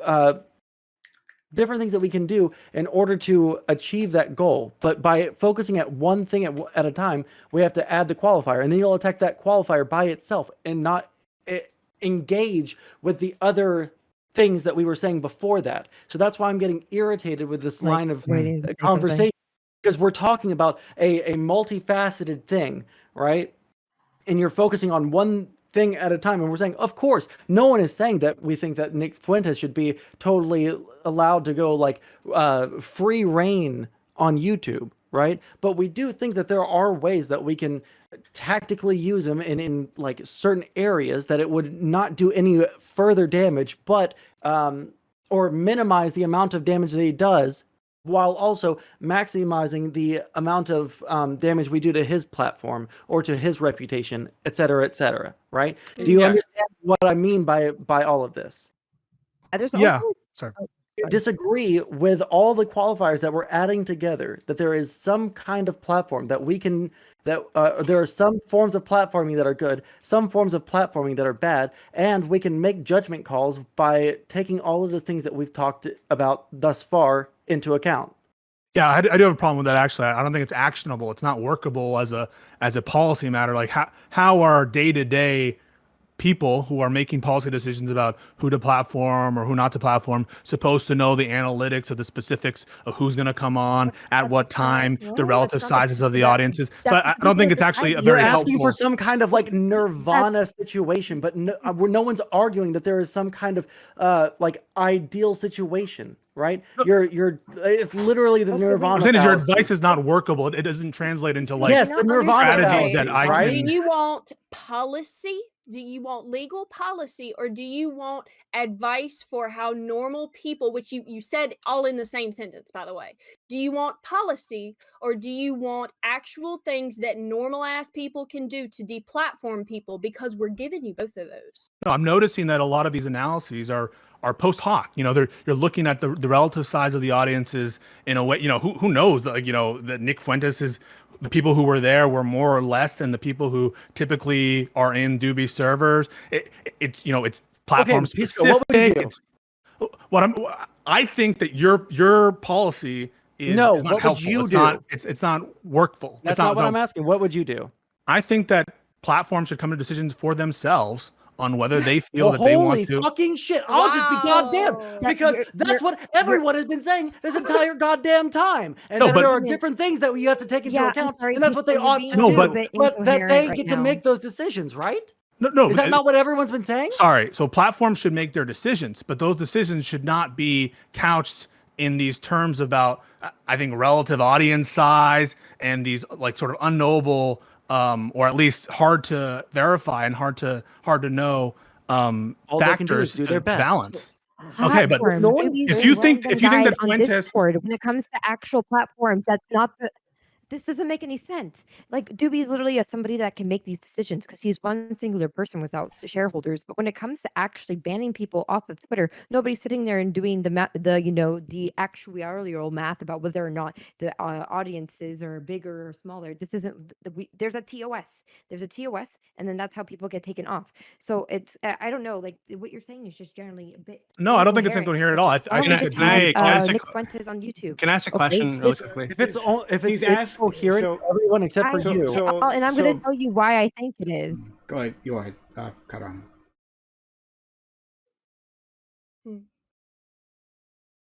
Coherent is because because when we're talking about something like, for example, for YouTube, why isn't Nick Fuentes on YouTube? Well, what was Nick Fuentes doing on YouTube? Is it the same thing that he's doing on Twitter, where he's just like, hey, hey guys, I'm having a rally, come by? Or does he go on Twitter and talk about the African wheel and about how Jews are scary?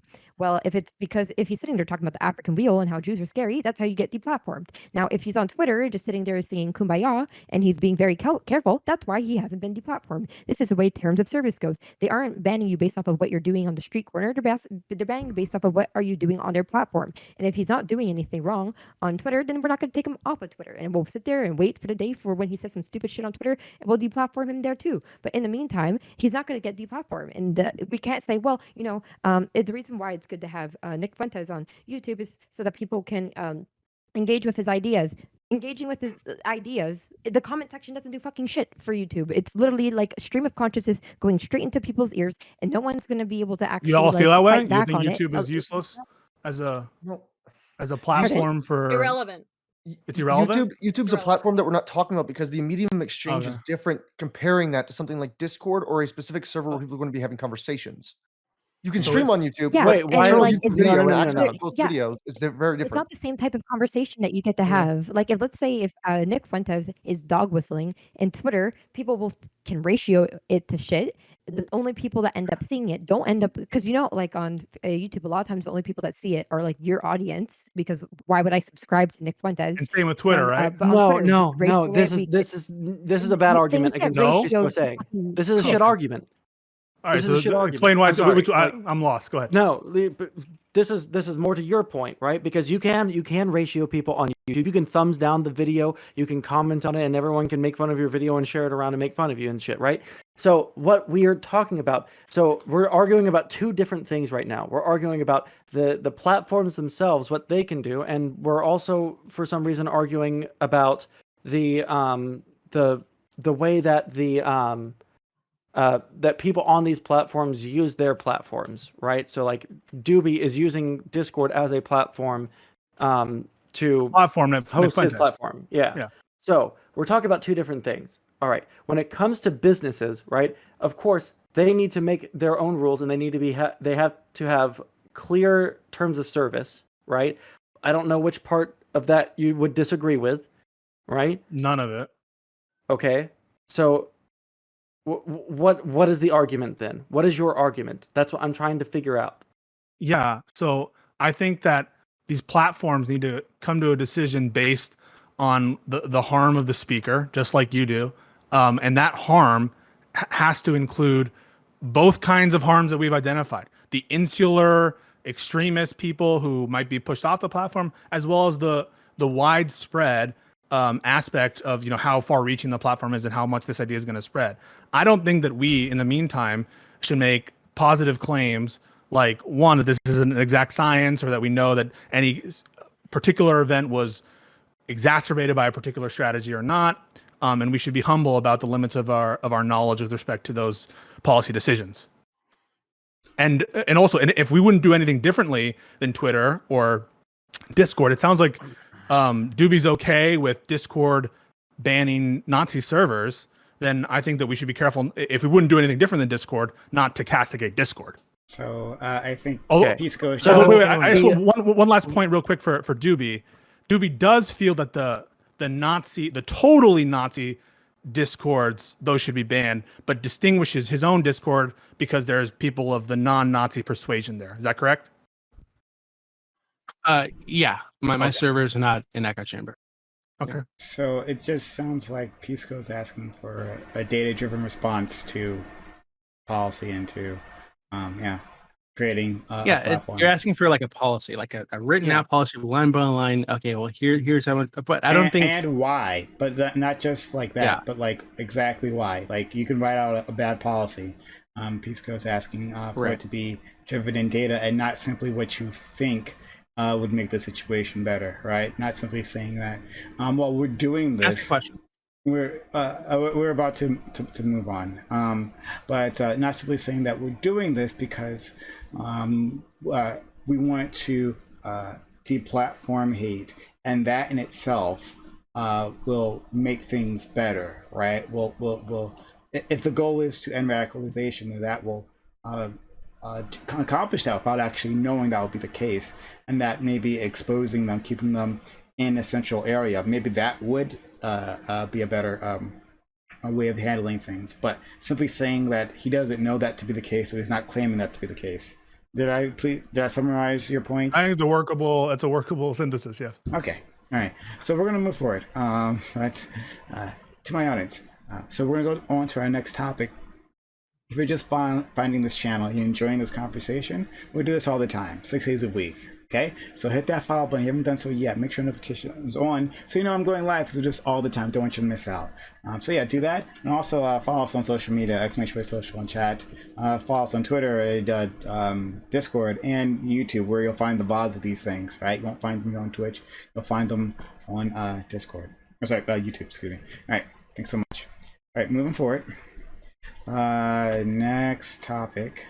And I never have it in front of me. All right, topic 2. Environmentalists and global leaders are pushing for a new offense to be signed to international law called ecocide. This offense is defined as the massive contamination of air, land, or water. Just like genocide, this offense could warrant the intervention of the international community into the affairs of a sovereign nation. Is this new category of crime necessary? Is it at all feasible? Could such a crime be enforced and done so fairly? Or do you think this would come down to nations of superior military strength passing judgment on weaker countries? Okay, yeah, so brand new, international, crime, I guess humanity, maybe? I'm not sure what the categorization is, but like a crime that would necessitate intervention. And ecocide is destruction of the environment, worth that. So I'm so happy that we have our friend Pisco here. Question of international law, so I wanted to bring him in. Pisco, what do you think? Yeah, I don't know how I have no special knowledge of international law, so I'm sorry to disappoint on that front.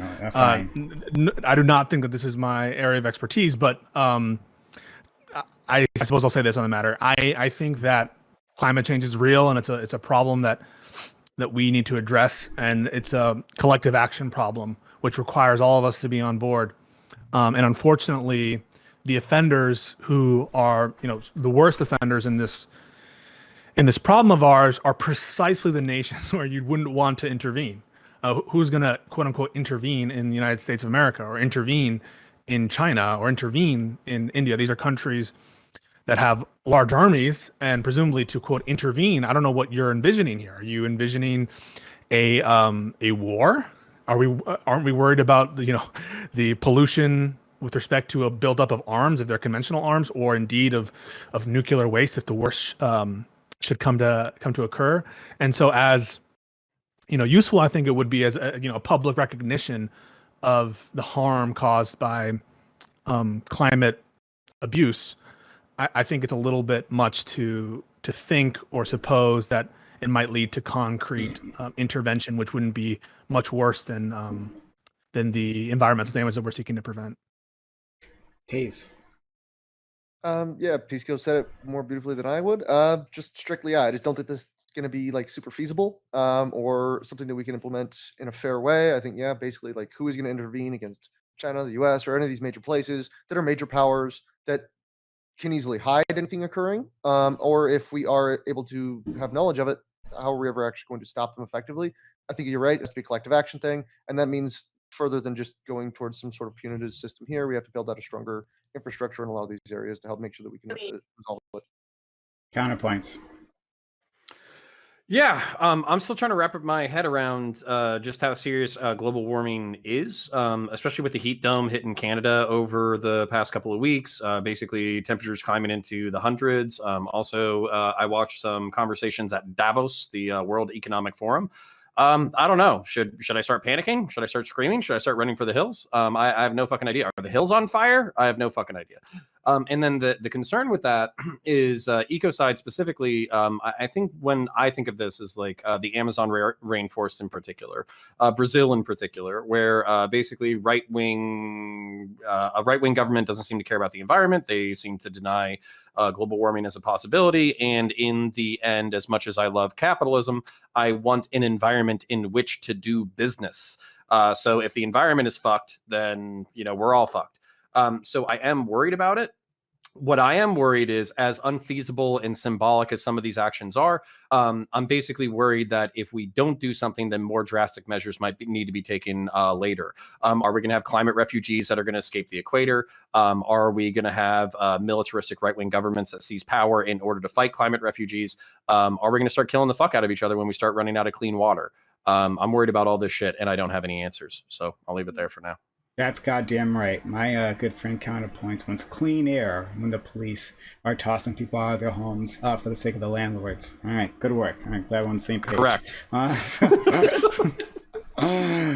Let's go to Johnny. You already have climate refugees, and they're coming from Louisiana and South Mississippi and Texas, and it's actively happening. I hate to tell you guys how dire it is in terms of hurricanes, because I realize that most people are just like, oh, hurricanes happen every year. No, the fuck they don't. We've had multiple once in a lifetime, once in a generation previously hurricanes in the past 10 years. It is getting worse. And do I know what to do about it? No, but I do know that there is a condition here that I don't think is quite conveyed by the question, which is that by and large, I don't think that it's the EPA or the United States government that we need to be worrying about as far as suing them for ecocide. I think it's more so a climate. I think it's more so a company-based climate issue. I think that a lot of it has to do with the oil industry in particular. Now, I'm getting into a place in my channel where I'm looking at things like moralizing systems and structures, including capitalism. Do I think that capitalism overall is a moral structure? No, I think it's completely amoral. But when it is used explicitly by oil companies to do things like destroy entire ecosystems, then I think that we can all agree that the tool has been used as a murder weapon. And therefore, who do we blame? And I think it more so falls on corporations. Oh man, it's a completely different subject, but I'm not sure capitalism is amoral. I'm not positive on that. But Amen. that's we can talk about that maybe later in the Afterpan or something. But okay, Yeah. Stoic Viper. Okay. Should there be a new category of crime for making ecocide a new kind of like crime? I think so. Yes, I think that we have already enough international law when it comes to other crimes. The problem is really what it boils down to is how do you enforce the sort of violation of this crime? Like, I think in the article that was mentioned, the article that was posted by, I think it was NBC News, basically, that we had in the little group thing. I think it did say that the ICC wants to try and make it into a crime, but the problem is that the major states like India and US and China have not ratified, you could say, the Rome Statute. Like, they won't allow, for example, the Rome Statute to come in and say, okay, we're going to sort of try these individuals or these governments for their crimes. I do agree actually with Scarlett's point. I think we can technically put, for example, targeted sanctions against corporate individuals, or we could sort of do something in a kind of like a multi-governmental level where we can kind of target, you could say, corporations and individuals for their violations of the environment. So I think that is actually plausible and that can actually be done. I don't necessarily think we need superior military strength. I don't think necessarily we'll get to the extent where we're going into countries and saying, okay, UNSC, United Nations Security Council, has passed a resolution. We're going in to mandate this, this violation of ecocide. I don't think it'll go to ever that extent, but I can definitely see that when it comes to environmental damage and essentially damaging the environment, we do have legislation when it comes to water violations. We have something called the Environmental Modification Convention. We have Berlin rules on water, for example. So we do have some form of international law legislation on, for example, violations when it comes to entities during wartime. to limiting water net, because we have to realize that as climate change becomes an increasing problem, there will be wars fought over resources, and will be wars fought essentially over water and other such things. So the larger that becomes an issue, the more necessity it will be have to have it on an international legal basis to try do something. So yeah. Sansa? Yeah, I like the idea. It would just have to. I would just have to see how it's implemented. It, does it have to have intent? Does it have to have a certain level of negligence? Is that okay for it? As long as it's applied evenly, which a lot of these things aren't necessarily done that way. But the idea of it, at least as having a threat of being enforced on someone for doing something, some kind of gross negligence or just objectively negative thing towards the environment that affects the entire world. Like one reason that I say that we should have some kind of idea of what it is with intent, right? Is the wildfires in the rainforest in 2019, is that going to be something that would be prosecuted under this? Because they didn't really start them themselves, but they didn't seem like they were going super hard into trying to put the fires out, right? So is the negligence going to be prosecuted? Is it have to have intent? That's the kind of thing that I would be looking for. But I like the idea. Thank you. Dooby? I don't think fighting an uphill battle to hold a CEO or two accountable for the damage their corporations do is going to fix a wider issue here. I think that to deal with something like climate change, we need substantial revolutionary shifts in how we're living our lives in relation to the environment. We need substantial shifts to the power that we give corporations. We have massive industries in energy and agriculture that are predicated in some ways on the destruction of the environment. I think we need to tackle those issues before we're worrying about holding individuals accountable. I think that there are serious questions as to like what exactly is an ecocide. If we determine something is an ecocide, who enforces this? Who says that someone is guilty of this crime? And then when we decide someone is guilty, what's the enforcement mechanism? And this topic actually reminds me of an argument that I made, I think like 3 months ago on one of your open panels. And it was about green imperialism is what I called it. Right? And I actually used the Amazon rainforest to make this argument that the United States or some coalition of world powers would come together and use their militaries to exert control over the Amazon rainforest, and if necessary, topple Brazil's government if they refuse to stop damaging the Amazon rainforest, given the effect that has on the rest of the planet. And many lefties on the panel agreed that this would be a good thing. I've kind of shifted away from that position in the last 3 months. I'm not sure that would be such a good thing. I think that there's just too many issues, and I think that if something like this were to pass, in effect you'd see like 6-month long trials at the ICC that amount to nothing every so often, maybe some fines, and it's just kind of a waste of time in my opinion. I think it's a distraction from the actual problem. Adarana? Yeah, so I like the idea of this new category. It does definitely make it a lot easier to prosecute different corporations, etc., prosecute governments, because even though, for example, it's private companies, for example, the pipeline that was supposed to be built in Canada, Trudeau was pushing for it, and not only would it have caused climate change, it also was displacing a bunch of Indigenous people, and that is something that should very much fall under ecocide. And I wish that was something that could have been prosecuted by international law. Though, of course, this is a bit utopian, because, as we know, any group of people with power will never be prosecuted for these types of things. That's why we're sitting there and just, telling China, oh no, please don't do genocide, ubu. But can I still buy your products? Like, kind of what our solution to that has been. If it's not really in America or any of the big countries' interest to stop it, you'll end up getting something just as spicy and as Rwanda, where everyone knew a genocide was going on and they were just like, I just feel like it's going to be a category that like it's good to have, but I just highly doubt its actual like usage and how often things are going to be processed under that and how often people are actually going to use international law to intervene. But you know what? I will want to start the world of utopian, so I wish it passed, but I'm going to be a doomer and say it's not going to work Okay, so we'll. on paper as a crime. Sorry, I thought you were finished, so I didn't interrupt you.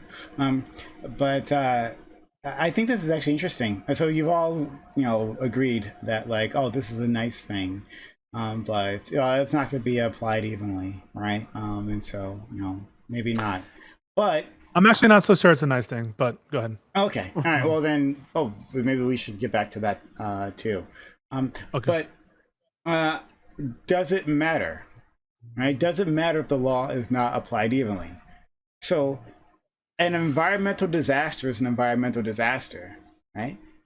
If a pipeline bursts, right, it doesn't matter which nation put it there.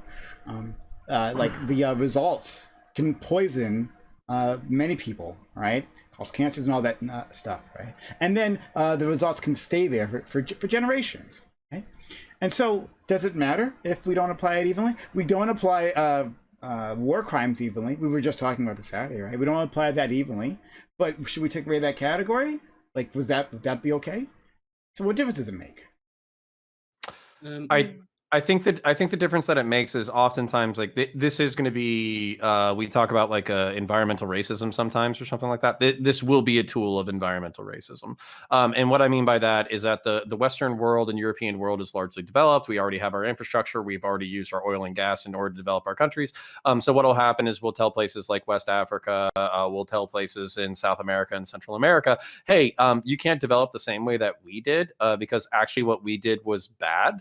So basically, you can't do these things in order to develop your economy. Now, that would be okay if there was on the other side, we were like, hey, here's all this technology. Here's renewables. Here's nukes. Here's fusion. Here's here's this. Here's that. We're going to help you with desalination. We're going to help you with infrastructure. We're going to help build your roads. We're going to give you solar power. But if there's anything that I've learned from being a working professional for 15 or 20 years is that oftentimes people will prohibit you from doing the negative things, but they're not going to help you do the positive thing. And I guess that's like, that would be my fear. If I was in Belize, for instance, which is like one of the homes to like the largest like large cat reserve on the planet, is basically that I would be accused of ecocide by the United States government if I ever tried to build a modern economy.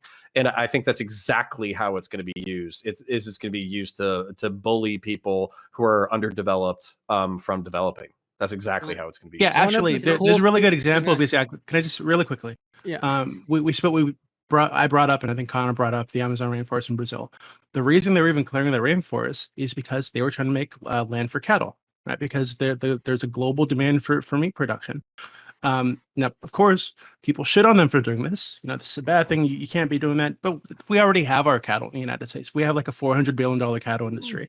So of course we can sit here with all our fucking cattle and shit on them for trying to make land so that they can start getting some of that money. Right. So we already have an example of this, exactly that happening. Well, and here's the thing is like, so again, I don't mind the wagging finger if we turn around and shift things technologically.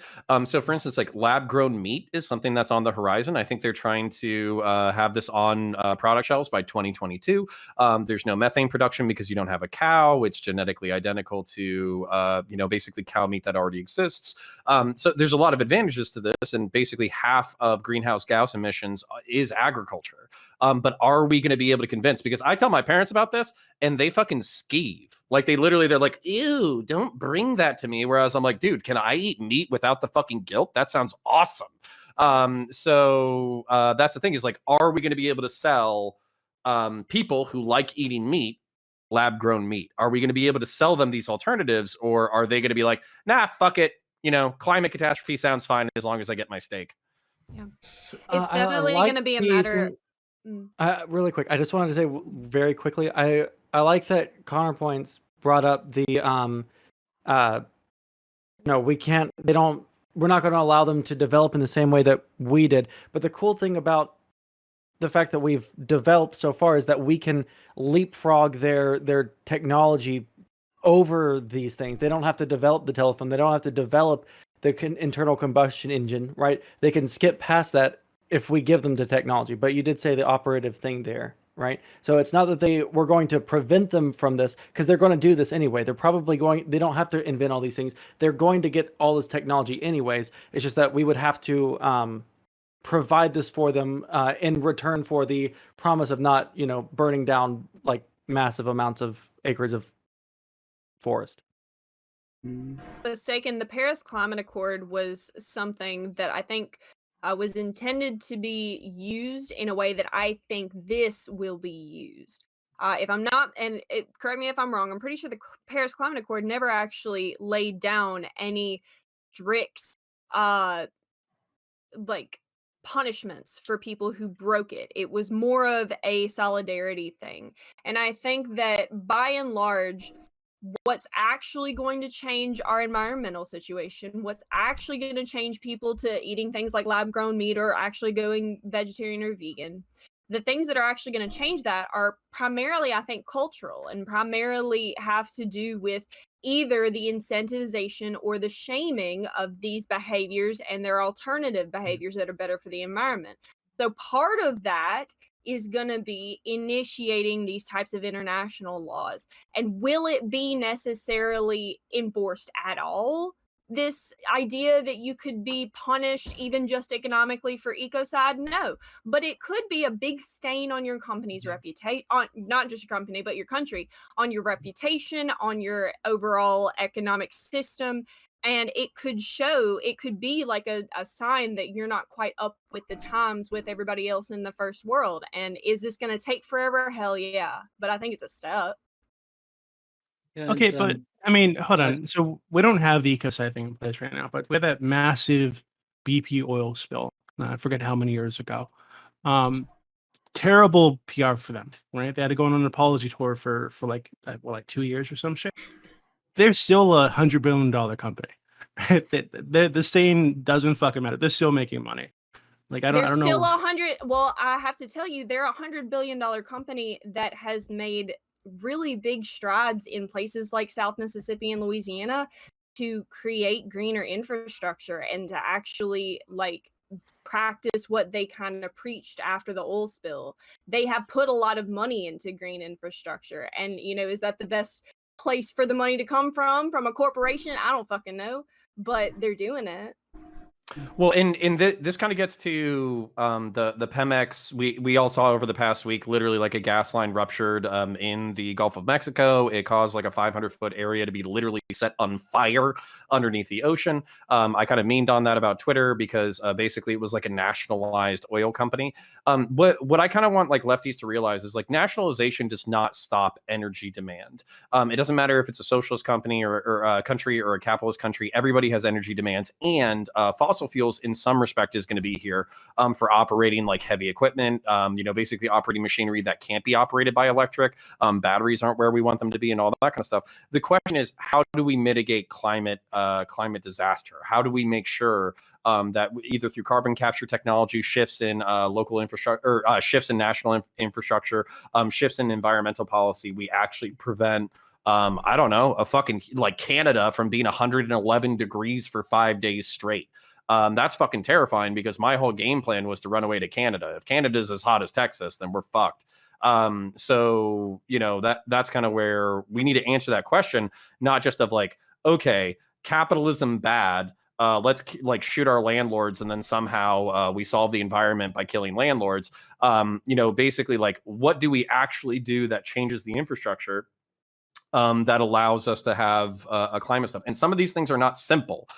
So, for instance, one of the limitations on renewable energy is the fact that the energy grid has to be quick demand. So that means that during peak, you basically have to have nukes that run a certain amount, and then you have to have an energy system that jumps during peaks. Renewables are not good for that. You have to have natural gas. So basically what I'm saying is oil and gas, while it can be smaller, is going to be here for a long time. I think Dooby brought up a good point, which is maybe get into the core of using criminal litigation. I don't really know the context of I don't even know like what the international arbitration or litigation would look like, and what those I'm much more familiar with criminal litigation localized in a country. But one of the things I think Dooby mentioned was how radical the shift needs to be for us to solve this problem. And I think it's not just necessarily some actors who potentially pollute the environment a great deal who need to change how they look at energy or how energy is made available to them. And I wonder if anyone has any misgivings or doubts, as I do, about using litigation or criminal litigation to solve this problem.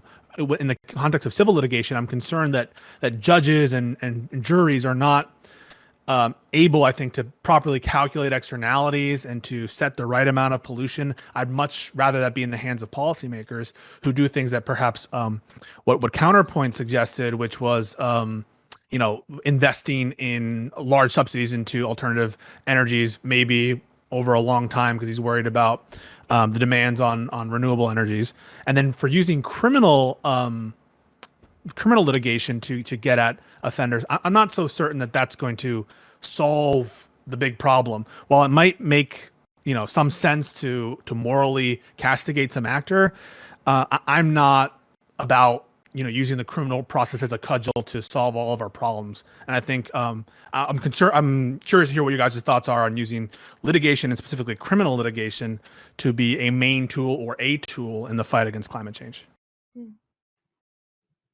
I mean, currently it's being used to completely decimate the Any lives of automatic people manipulation who that were. was Sorry, go ahead. Kat, we couldn't hear you before, so go ahead, try it again. Oh, okay. What I was just trying to say was there any actual proof? Well, I don't know. I just look at the definition right now. It didn't say anything about criminal litigation. It just says that we want to add this as a definition. It says it'll be a crime, but so is fraud. Like fraud also counts as a crime. So it might just be like you get fined or something. It doesn't say necessarily that, like the international community gets involved, but does that mean that people go to jail? I don't know if that was necessarily like a stipulation that was outlined. So if this isn't a crime under international law, I'd assume there's some kind of enforcement mechanism there, right? Whether is it a fine? This was what I was saying. Is it a fine? Is it someone goes to jail? Where do they go to jail? Who decides who broke this law? Is there I don't think a court? know. What's this court made? Like this is. Yeah. It seems like a distraction from it's the the same thing actual for. problem. I mean, it just seems like the same thing that we have for genocide. What happens when we decide something's a genocide? A bunch of people have gone and said, yes, what's happening in China is a genocide. And now what? Nothing. Nah, we did go after during the Bosnian conflict, there were people who ended up in jail and prison, and some people who ended up being executed. But after World War II, there were Nazis who were tried under a criminal court and were ultimately executed. So we have imposed international criminal sanctions, but the thing that I would concede here is that you do need like a lot of powerful people behind you in order for that to happen. If there's not popular will to have accountability, it's no one will see the inside of a jail cell. Basically, I think that's accurate. Can I just quickly add a caveat to that? So supposedly the International Criminal Court will be the ones, for example, that will quote unquote litigate this crime. But the problem, it comes down to like original point, which I said, is that the big states that are the main, you could say, polluters and so on, they have not ratified their own statute, and therefore the ICC can't come into the territory and actually essentially put individuals on trial and so on. So I agree with, I think a bunch of people have said that, fundamentally at the end of the day, it is a cultural change that needs to take place in the way in which we consume things, in the way in which we produce things. That's fundamentally at the end of the day how it needs to happen. But at the moment, if you want incremental little things, I guess you could just say like maybe setting up like a kind of like a joint like maybe tribunal or something of that kin to try hold maybe corporations or little individuals accountable. But again, I agree with counterpoints where you said that you actually do need the big entities behind you. You need some force behind you to enforce the punishment, essentially. I wanted to challenge Pisco a little bit here. So you said you talk about policymakers, right, and how they might be better equipped to judge these externalities, right? These to make these ecological calculations. But have they actually done any of that in the past? I mean, look at where we are now, right? Like, Good point. could it be that juries not having those same incentives, right, might actually do a better job? Well, I think that's a great point because the argument against, I guess, my position, we're being a little bit skeptical of litigation as a tool for climate change, is in the absence of any legislative or political action. Isn't this the only thing we have left? Maybe that is the state of our politics, and the fact that we need widespread action and we're unable to get unified support both within our country and let alone among the several countries. Maybe we should just do whatever works. I just am not sure that, what does prosecuting, just like in the genocide example, I thought it was a very good example. Are we certain that the international laws deter genocide? Sure, we can punish it after the fact and assess damages and put the right people in jail. But that's kind of like the Avengers mentality, right? We want to be the pre-Vengers, not the Avengers. And I'm worried about the backwards-looking nature of litigation, the expense of litigation, and then the fear also about jurisdiction, which is prevalent. And think about this in terms of institutional competency. What we're saying is essentially a judge in whatever district this claim, if it's a domestic law, if the international court, I don't know how that works, so I'll defer to Viper on that. But supposing that it's like a domestic civil litigation or criminal litigation, one judge and one jury is able to dictate energy policy for, like, I guess, the whole country based on the precedent, what they said, or the reasoning of the opinion. And so I think that there are some democracy problems with going the litigation route, and there's also some backwards natured sort of aspect of the relief is very backward centered, which I think might dissuade me a little bit, and at least relying solely on litigation as a tool to combat climate change. Does that make sense? I'm glad that Pisco is all for dismantling the Supreme Court now. All right, we're finally on the same page. So really quick, but Pisco, why can't we use these things in tandem? Why can't we simultaneously try to dissuade people from doing ecological harm by having the threat of the bludgeon of the law on our side, and then also try like both a stick and a carrot? You could, but then you risk having the wrong opinion, and if that happens, you're even worse off, because now you're sending signals to other polluters in the country or wherever this opinion is precedential or where it has preclusive effect.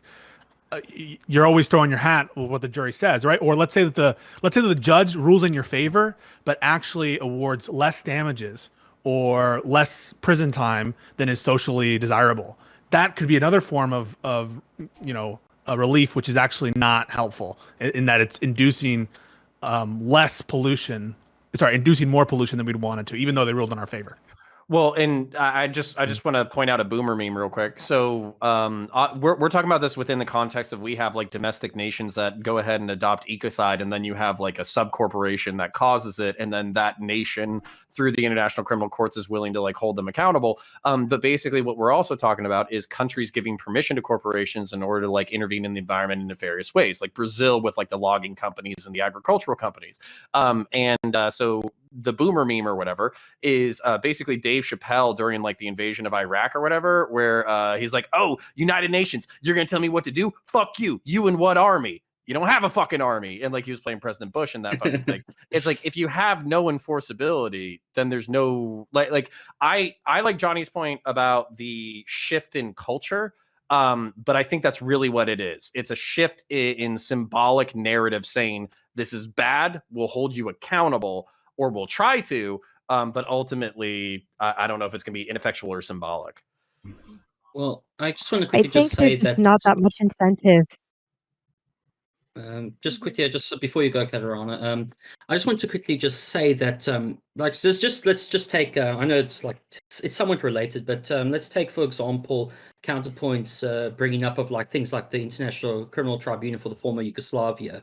It was with that tribunal, for example, that we had, yes, individuals prosecuted, but we had, for example, Srebrenica be classed for the first time as a genocide, and then the International Criminal Court of Justice essentially validated that in like a couple of years later through like Montenegro against, I think, Serbia, essentially. But the point of it is that it provides like a legal precedent that can be applicable for future cases. And it's like with anything. Like, I mean, Yoshid won't stop genocides from happening or won't stop from, ecocides from happening, but we have a record and at least some form of precedent for future buildup of cases which may become stronger over time.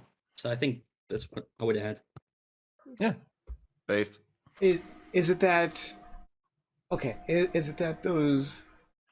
Is it that the concept of like a genocide within international court doesn't preclude people from committing these actions, or is it the knowledge that it won't be enforced?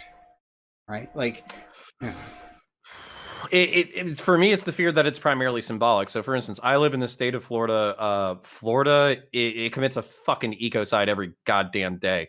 Every time that we build a new suburb or whatever, we effectively we're clearing out old growth forest. That's what we do.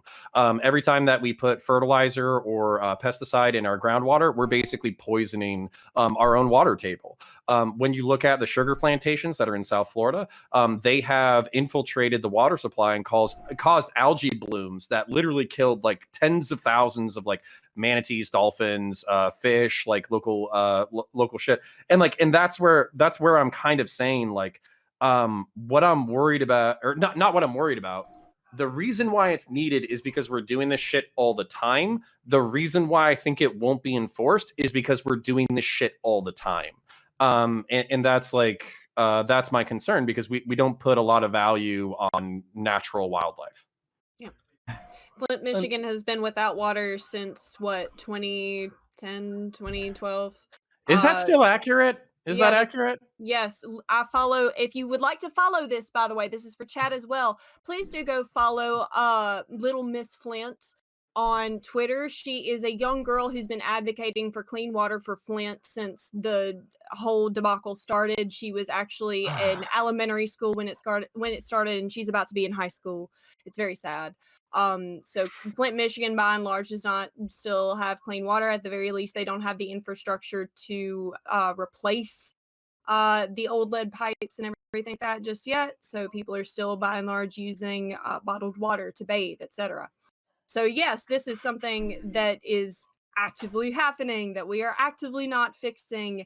And people who are trying to quote unquote defend the natural environment, like a young lady who was just sentenced to 8 years in prison the other day for attempting to, I think it was like blow up a pipeline or something. These people are getting a little bit more desperate. Do I think that the best option is to blow up the goddamn pipeline? Hell no.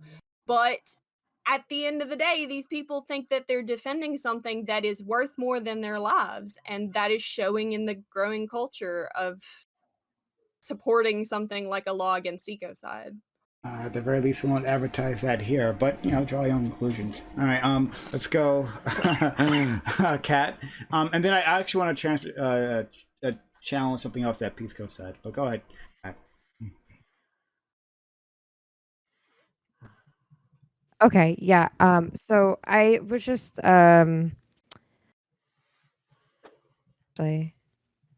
yeah, give me a little bit. I think I lost it. No problem. I was waiting. Yeah, that's the same thing. I'm sorry, I'm writing them down. If I didn't write them down, I'd be in the same situation. So yeah. But okay, then to Pisco, Mr. Lawyer Man, right? Or not quite soon. Is it law school grad, law grad, lawyer brain typed person? Okay, all right. Lawyer endowed mind. Okay.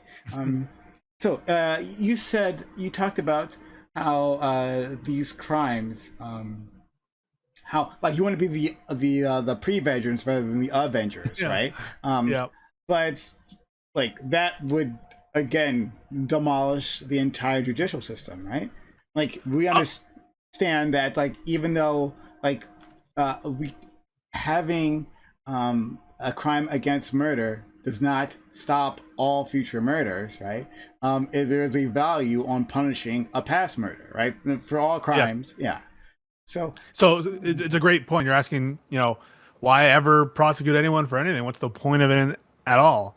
I think you're absolutely right that like deterrence is a foundational justification for criminal punishment or indeed of any civil action. One of the reasons why you don't just spread water all over your stores because you don't want to get sued for negligence. So it's not even limited to criminal law. And certainly I think that having precedent might have a forwards-looking effect in that it's going to deter some behavior, but its deterrent effect is going to be limited to actors who are not judgment-proof, who like big oil corporations who can hire awesome attorneys, and any remedy they have, I think, is going to be incomplete or problematic as a question of democratic accountability. Now, if we have like established rules and established laws that Congress sets down, and if you violate this statute, you go to jail. I think that's a great idea. What I maybe maybe this is an example of having clear guidelines that people can follow. I don't actually know the terms. Someone sent me the terms of the ecocide, whatever, and to what extent that it sets down sort of clear boundaries. Maybe it's helpful. I have a problem with like judge-made law in this particular field because I feel it's just such not disposable for judge or really jury determination of damages. And then also I think that the deterrent effect of pollution needs to be wider than just the big players. It needs to go to individuals as well. This gets kind of to Sansal's criticism of what I just said, which is why not have both? Maybe have both, and maybe have a workable standard that judges can consistently apply.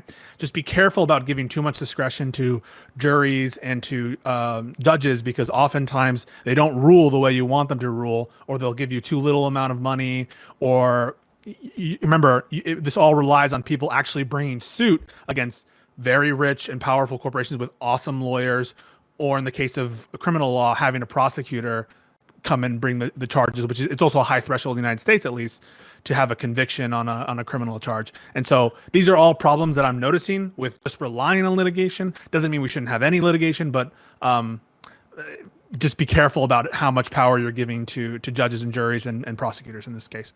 Case. Yeah, and just kind of like to lend to this as well. Sometimes these situations can be incredibly complex or confusing as to when we can actually determine when it's a problem. I know for one just easy example that I know of, there's a massive set of solar panels that was placed out in the desert and just built out as this massive thing. It was really, really cool effort to actually bring a lot more renewables. And then they realized that they were having a mass amount of bird deaths right above the solar panels. They were killing off a massive amount of birds that were flying over and just like literally like setting on fire because the added heat in the air right above them. That's obviously an issue that needs to be resolved. How we specifically target that, where we can apply that pressure as far as what was done wrong, that needs to be addressed. But like, I think it can be hard to acknowledge where that lies. Yeah, and this is part of my calculation. So, for instance, I think somebody brought up that they thought that I think it might have been Dooby actually who said that this is a distraction. This is basically us trying to feel good about holding people accountable. And it's kind of like I don't know, like we pass a mutiny law aboard the Titanic right before we hit a fucking iceberg. Like, yeah, sure, it's gonna feel good to fucking blame the ship's captain like once we hit that fucking thing. But maybe we should worry about avoiding the fucking iceberg in the first place. So there's kind of like a whole host of things that we could be doing that we're not right now that I'm hoping will be more popular as I'll put it tactfully, the aged population moves on existentially. Basically, like, what? But do you not Mm. think that they won't be added with additional caveats? Like, do you think they're just gonna like? I would hope that if we're advocating for people being able to be put to jail for committing ecocide, that we'd also like think of other policies as well beyond just you're gonna be punished if you do it. Because as like everyone said, causing murder to be illegal doesn't stop murder, but usually you would hope that there's maybe a couple of extra things that are added in conjunction. Yeah, no, problems can be attacked on like multiple sides. So I hate for being so fucking nuanced. I know this is a Twitch panel debate show, so maybe I should be more of a dick about it. I would love it if you did more. It would be very helpful for the views, but go ahead. Okay. All right. Catarata, no, you're a fucking asshole. That's the stupidest shit I've ever heard. Nobody believes that this will actually fucking work. And on top of that, the only way forward is if we consider the totality of circumstances, holding people responsible. It's the dumbest fucking thing in the world. We should focus on the larger problems instead of your nuanced, hyper small take. Did that work? Did we go up in like 3 viewers? No, but I got to show like all of my tongue skills, and that's actually what I came here. I was about to say, just keep doing that. So, okay, there's still multiple things here, and I think there's a lot to this issue, and we haven't touched upon. First of all, again to Pisco, because I'm gonna beat up on you today. You can't quit me. I cannot. I absolutely cannot. But Pisco, like, there's ongoing damage, right? We can see with the rainforest, right? What's happening in Amazon? There's ongoing damage. So again, wouldn't something like this be useful? This is the other problem I didn't mention, which is jurisdiction.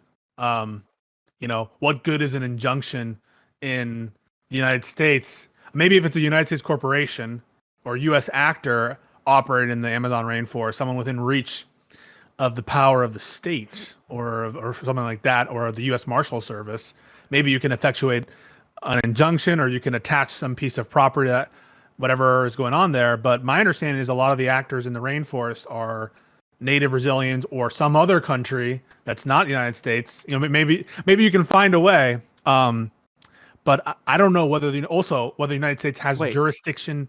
Good. So it's what?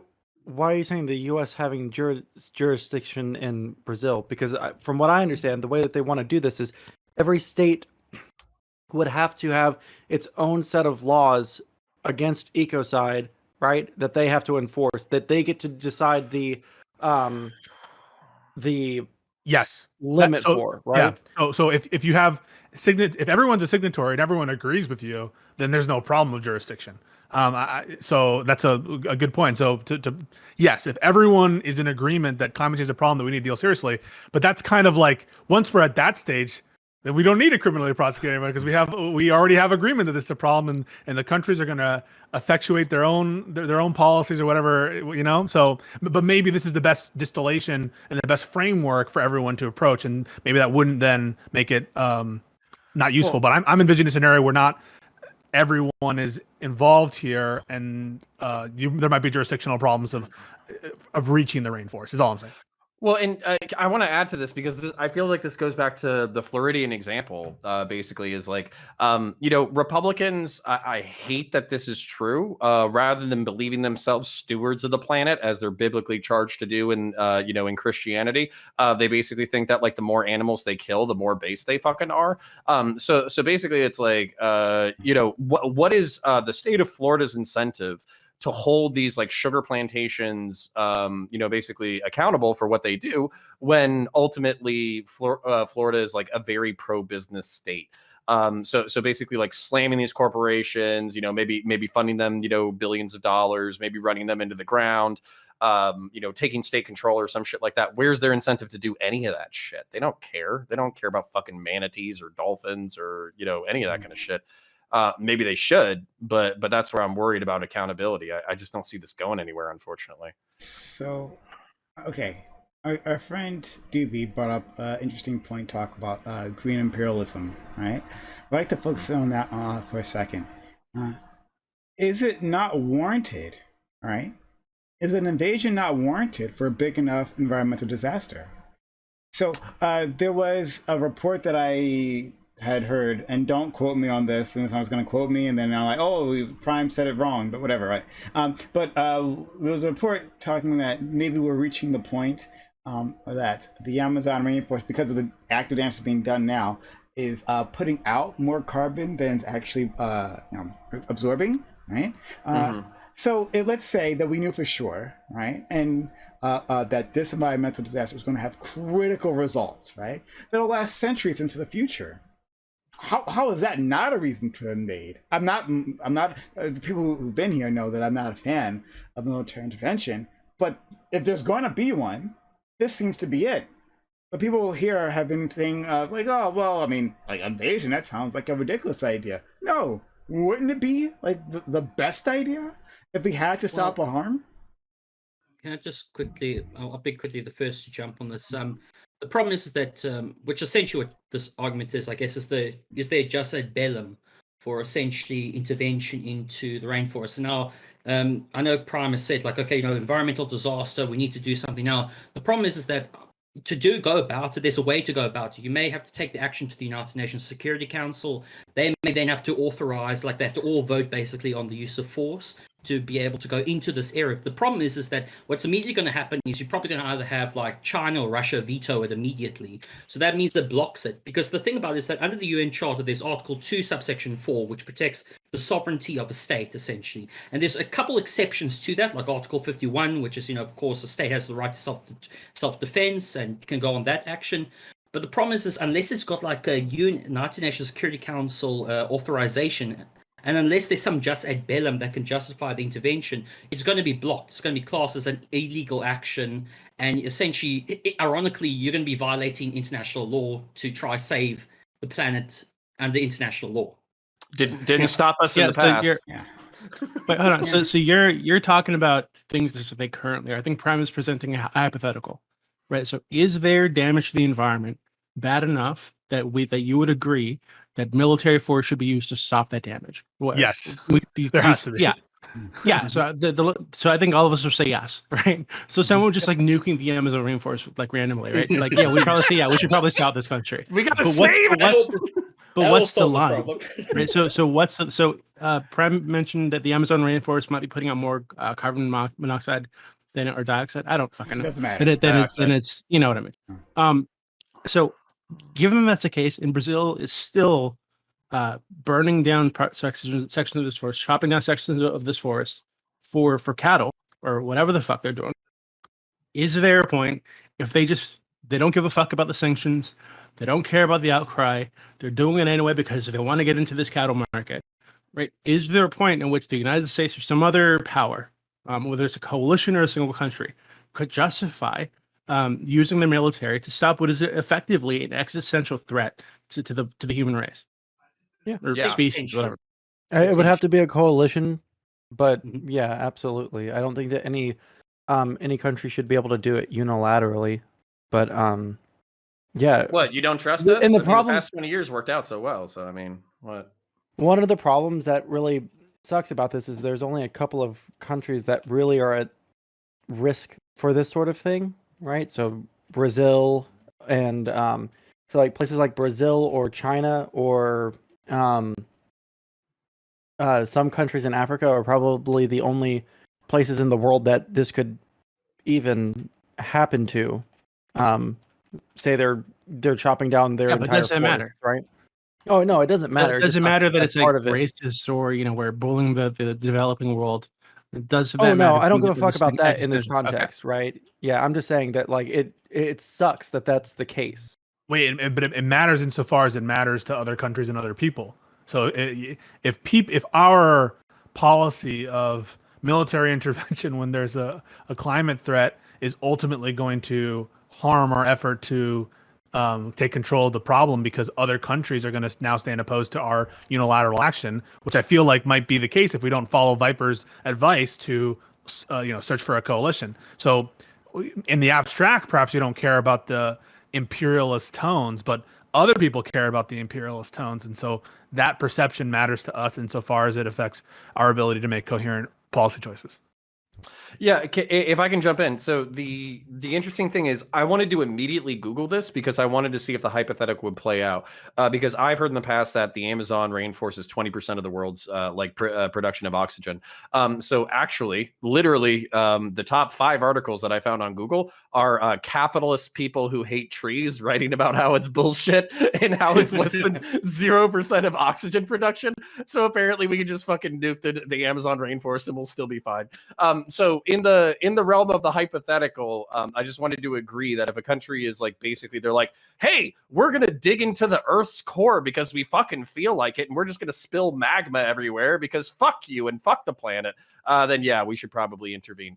But I just wanted to comfort those who are panicking at home that Brazilian cattle are going to be the end of us all. Apparently not. So I also want to say this though. One thing you can't do as the United States is invade Brazil because they're polluting too much at our current level of pollution. We haven't done enough to get like the moral superiority to justify our like unilateral invasion of another country when there are other measures that we could take that are much less costly to reduce our own pollution. So I think that we need to. But Go ahead. hold on. But I gotta push back on that. Interesting point, no? Because when are we ever actually the moral superiority on anything?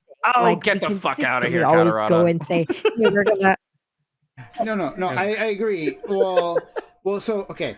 So I'm not gonna say I agree or disagree because I've literally had to fight these arguments many times talking about war crimes, right? So I'm using other people's arguments that they've used against me, and I'll use them here. I'll do it fucking shamelessly. So one Pisco, there's more than one type of environmental disaster, right? So we are actively like polluting, right, in terms of the air.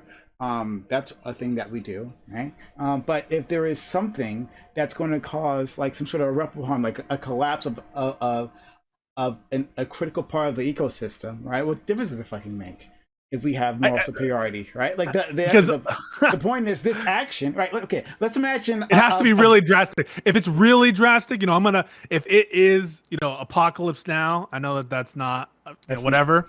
That has nothing to do with what's going on. I'm just using the words. But if it's like a serious catastrophe, yeah, of course I'm gonna be with you. But look at the, and I'm gonna use a word that some of you on this panel are not gonna like. So brace yourself. Look at the optics. Suppose that like China were to invade, I don't know, some country and say, we're invading because you're polluting too much, or because we think you're about to cut some important resource it's going to solve the climate crisis.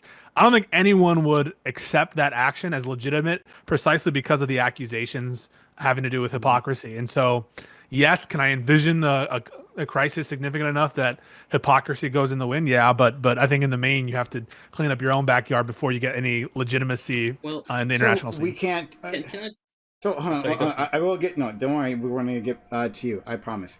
But when it comes to so we have never actually like had reparations, right? For the incredible racism that's been happened to African Americans, right, and then to our Native American brothers and sisters as well, right? We have done terrible things to them and not actually made them whole. So does that mean we don't have the ability to step in when other crimes against humanity are happening, right? So we haven't cleaned it up for African Americans, so then no, we simply can't. No, but I don't think it tracks for a couple of reasons. One is I think that you have seen a significant amount. I don't think anyone on this panel would argue that there's been a significant amount of progress and cleaning up of some amount, if not all. Not all of our racial roots, but some amount of our racist legacy in our passage of post-Civil War amendments, in our passage of big ticket legislation. Obviously, there's a ton of work to do, but I think that we can call out racism when we see it, even though that there are some hypocrisies. But the harm is active. But the harm is active, Pisco. You know this. I think there are genuine policy conversations to be had about whether reparations are the only or even an effective strategy at repairing our racist legacy. I think that there's legitimate arguments to be had that it's counterproductive because it's going to foster some whatever, right? You've heard them before. I'm just using the word reparations as to repair, right, rather than specific policy. Okay. So that's my fault, though. I'm making it confusing. But to repair the damage done. Yeah. And So that damage is ongoing, which I think you would agree. So again, yes, can we not intervene? Yeah, you got me in a corner. So what I'll say is I agree with you that we shouldn't make the perfect the enemy of the good. Mm-hmm. We should we have to be perfect environmentalism before we can go and castigate on others. I don't think that should be the standard. But I don't think that for practical purposes, we should not have a massive hypocrisy in our own backyard when we're castigating others. For instance, I think suppose that we still had slaves in our country today, would we have any international credibility in calling out some country which has slaves today? I think that if the hypocrisy is big enough, maybe the argument can be that we should clean up our own policies before we go trying to explain the moral support. I don't think that ever be the I historical don't give a thing fuck that we about- do is that we actually. I- Sorry, it just doesn't seem to be historically accurate. Like, oh, let's clean up our own backyard. When have we ever cleaned up our own fucking backyard before we go and tell people to do? Like, it's literally the whole history. I'm saying what we should do. Well, I'm not I think saying he's what we saying that have done. it'd be like an optics win. Oh, okay, well, right? I guess it's utopic. I guess because it's No, not going to I just- happen. I said it's if not. another country, I don't it want to would- make the perfect enemy of the good. That you're allowed some hypocrisy. Everyone's hypocritical to some extent, but not to have gaping and huge gulfs between what you're telling other people to do and what you're doing yourself. What difference does it make, That's all. though?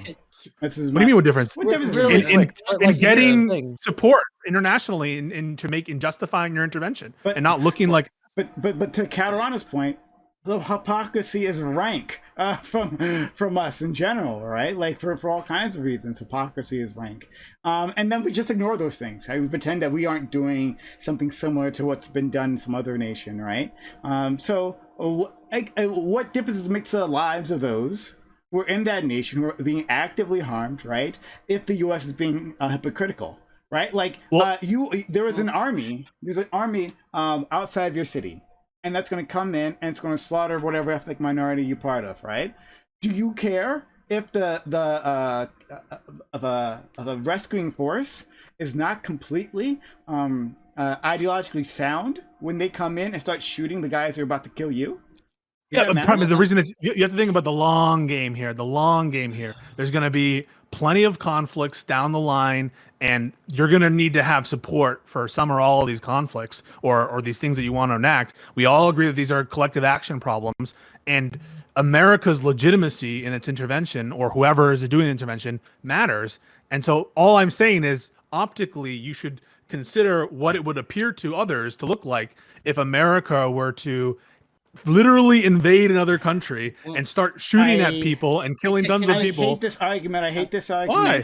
But no, not your argument. The argument I'm about to make. I hate this argument, but America's legitimacy comes from its strength, right? Not from anything else. Not from anything else, right? So, like, what difference does it make? What difference does it make if you can enforce it and if you can just do it, right? Then what difference does it make? America lost a ton of legitimacy in Iraq War. I know. Look I agree. at how and then look at how successful that we're was. still taking military action now. Okay, go Can I ahead. please just interject quickly and say that if, for example, if this case came to mind, if I was like quote unquote the leader of a country or whatever, I mean, what I would probably do is frame it in national security terms. I would say that this is a national security issue, and that it's an imperative essentially that we act to stop the potential fallout of this environmental disaster upon our borders, essentially. Now, optically wise, like, not all, yes, the lawyers at the end of the day, the international lawyers will come in and say, okay, let's try and make this all legal, essentially. So how can we kind of spin this to make it look legal? But at the end of the day, if it's a national security concern, you're going to do, you can do the optics way, but at the end of the day, you're there to defend your citizens. So if your citizens, for example, are threatened by this ensuing climate disaster, essentially, then you have an obligation as a state to protect your citizens wherever they may be, and maybe on the guise of essentially maybe self-defense or even like national security concerns, you may actually do action within that other state. I know it's not the best argument, but it's like if I had to use a rationale, basically. So we do have like a real world example of something like this, just the optics thing. So I'm sure many of you know the issue with Indigenous people in Canada. and the controversy there about whether or not it's a genocide. And there was an article I read that fucking China of all nations, was put out this massive statement criticizing Canada for its treatment of the indigenous people, while they have Uyghur like re-education camps like all over the fucking country, right? So when that happened, did this lend any credibility to the idea that China's currently genociding its indigenous population, which I don't think it is, by the way, or did this just look like a bizarro world, a newspaper article that looked like it came out of like Comedy Central or something, right? I think having the not having the obvious hypocrisy obviously helps with the optics, right? Obviously helps like promote whatever cause you're trying to get to, but I don't think it's like necessary. Like if we're talking about like engaging in a war, I don't think it's obviously not necessary, but it would help, right, to sell it to the rest of the world. Was that to Anthony or Stoic? No, I'm I think just it was a general comment about the yeah, just conversation. general comment. Let's go to Connor. Yeah, no, I think that point is well made. The only thing it does lead some legitimacy, but unfortunately, it's just assholes on Twitter. Those are the only people who take those comments seriously. Unfortunately, I'm on Twitter.com, so that's a problem. I just wanted to kind of share something cool though. It does seem like the ground is shifting. So for instance, like I don't think we would ever look at Ford Motor Company as like a progressive environmentalist, environmentally concerned, company, but they literally just came out with a Ford Mustang. That's a all EV electric vehicle. Same thing with the Ford F-150. They're releasing it in 2022. It's like two drivetrain. The front engine area is actually a trunk because they don't need a motor anymore. And basically it has similar performance to a gas vehicle. So I do think that the tide is turning. And ultimately, as long as people can eat lab grown steaks ranting into their cell phones in their electric F-150, and then maybe like you give them like the sound effect like on the horn, that way it can say fuck you, as like your that's like the MP3 that plays when you honk your horn. I think we can get past this shit. But the thing is, like, are we going to be able to sell this to people in time? That's the real question. Like, are we going to be able to avert climate disaster, or is it going to take things like, basically the Gulf of Mexico fire, the heat dome in Canada, and all that kind of shit? And as you guys are bringing up, interventions in environmental catastrophes or whatever, one of the things that I'm very worried about is mass immigration as a result of inaction. Basically, entire swaths of the world becoming uninhabitable, and then a certain amount of cultural, let's just call it, be tactful, call it cultural misunderstanding, leading to nations locking down, not wanting immigrants, putting them in what amounts to like migration camps, and then people starving and dying from preventable disease in those migration camps, and then ultimately there being political violence as a result of those mass migrations. So that's kind of what's on the table as an externality to ecocide. And fuck, like whatever we need to do to get this fucking thing rolling, we need to do. Unfortunately, again, it's probably going to involve an entire generation moving on existentially. And if you don't know what I'm talking about, it's called boomer side. So there you go. So you're basically concerned about Camp of the Saints. I don't know if you know what that is. But no, please tell me more. Destruction. Well, it's a far right winger book that they fucking love. That kind of like there's a lot of crossover in the normal right wing and the dissonant right wing, because of that comes from this book and the arguments that it makes, or the scenario that it presents, about the destruction of the Western world through massive immigration from the third world, right? From less developed nations, floods of people coming into these countries, and because there's like this cultural disconnect, they just decimate the country. Not like they're gonna go to war with the country, but internally, culturally, the country falls apart. So that's what you're worried about, that happening as a result of climate change. I mean, potentially maybe not that extreme, but basically, yeah, I am worried that we're not going to be able to deal with these things. What we're talking about, So when we talk about like water scarcity, not having fresh water, what we would need to do in order to basically nip this in the bud is desalination plants up and down the coast that were capable of withstanding storms and piping into places where people live. That's what we would need to do. When we talk about reducing CO2 reduction, we would basically have to prioritize fossil fuel use only to necessary machinery, and we would also have to create carbon capture. I don't see any momentum for that.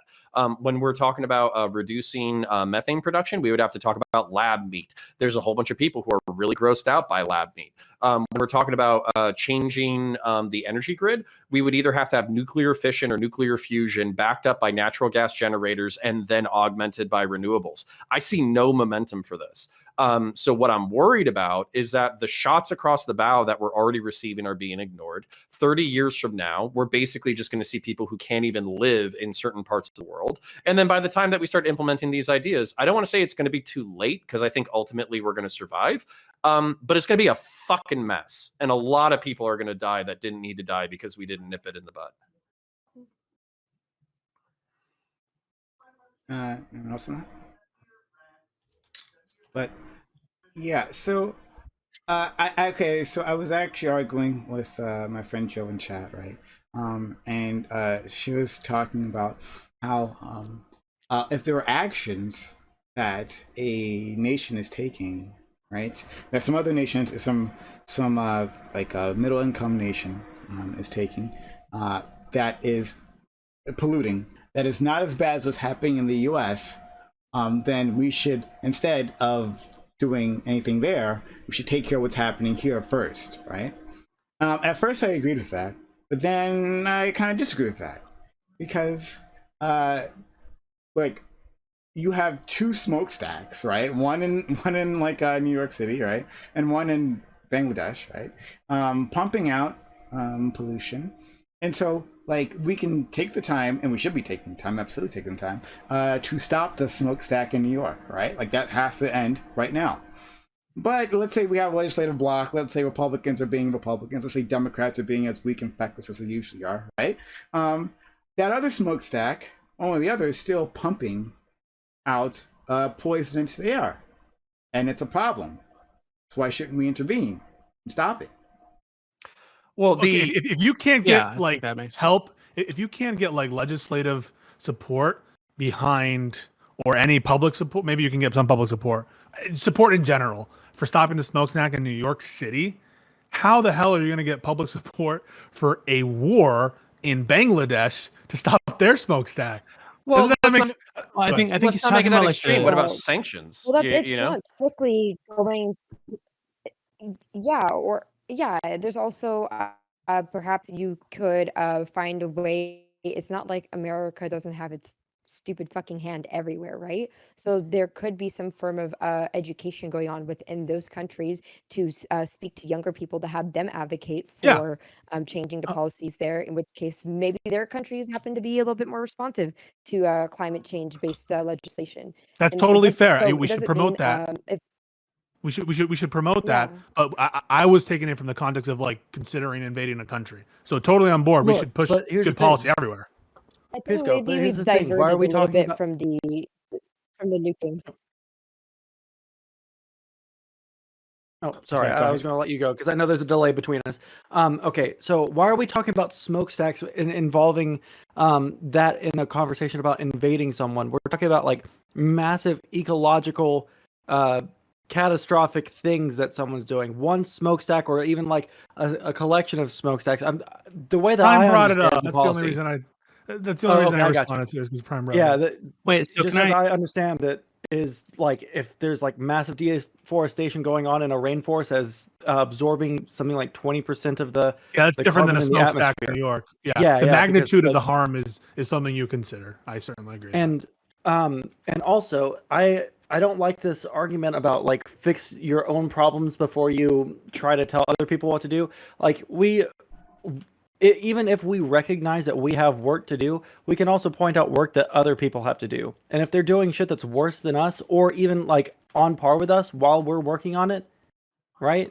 I don't think that we're unable to call out people's bullshit. It's the same thing with people talking about the like the Uyghur camps in China. They're like, well, if you care about people so much, well, why don't you try and fix the indigenous genocide going on in your country or the way that you treat black people? It's like, okay, yeah, well, we're obviously having that conversation, but there's no conversations happening in the country of China about whether or not they should stop throwing Uyghurs into camps. Yeah, right? totally. I think that's a good point to bring up. I think the only things implicit in what I guess Joe was saying is, one, there's an assumption that cleaning up your mess has a lower cost and is easier to achieve, and that therefore rationally it should take precedence over not calling out other bad action where it happens, but over large action which costs a great deal, and maybe isn't worth it in the trade-off. So I agree with you. You should call out evil where you see it.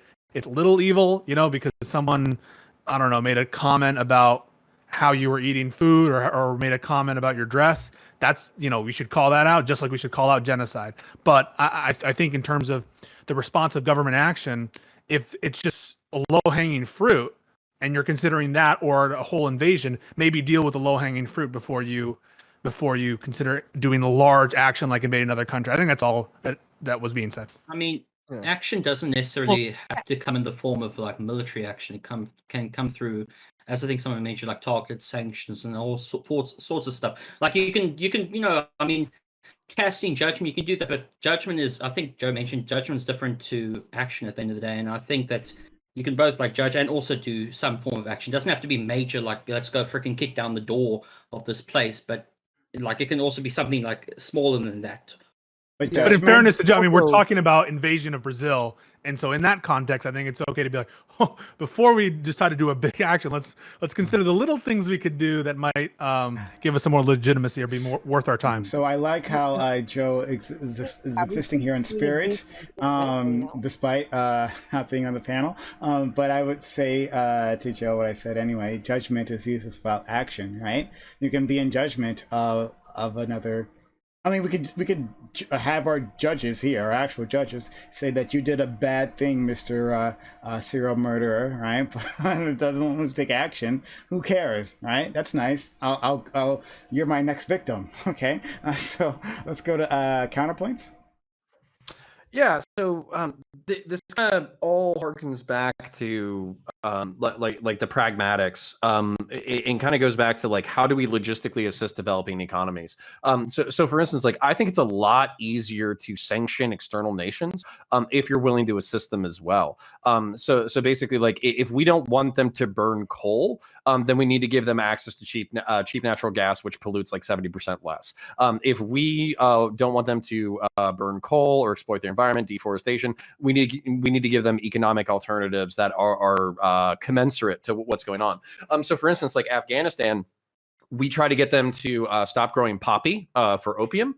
And they basically told us to fuck off because that was the main way that they made their money. And it was actually a massive deal and a huge problem for us because when we told them to stop growing poppy, we basically drove farmers away back to the Taliban.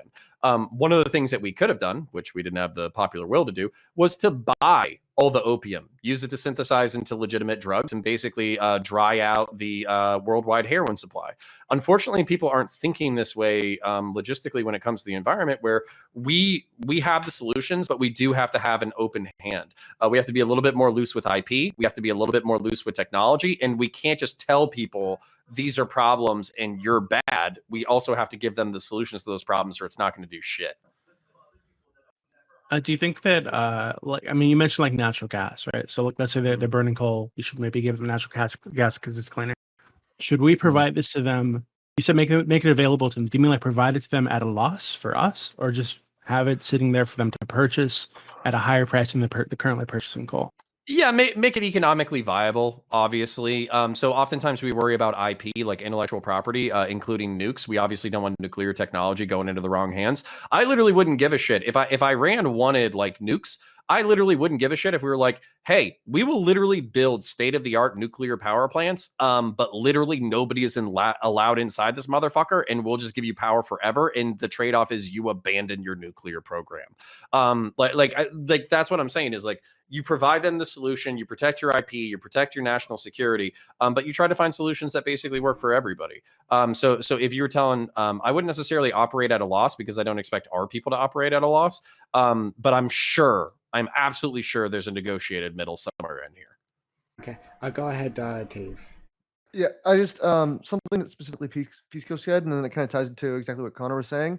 When we were talking about actually like gaining support for a lot of these different things, I think it sometimes is much easier to gain support for some sort of policy that is not going to directly affect the people here and would actually be something that we can just go, oh, it's just over there, and our separation from it can actually bolster the support for that program over something that like directly affects my power. My power costs are going to go up. What the heck? Like, so I think there is some like middle ground to be treaded there, and especially the problem that we're probably going to run into with Connor's specific implementations is just that people usually aren't that supportive of going like, hey, we'll just give them stuff at our cost. It's going to cost us money, right? Like there's support for all sorts of policies like Medicare for all until someone says, hey, okay, you're going to be paying this much more. Wait a second, no, I don't want it, right? Like, so people have that inherent issue with things that are then imposed upon them. On the question of whether or not people are more willing to blame others for the world's problems, on that I have no doubt, no quarrel with you.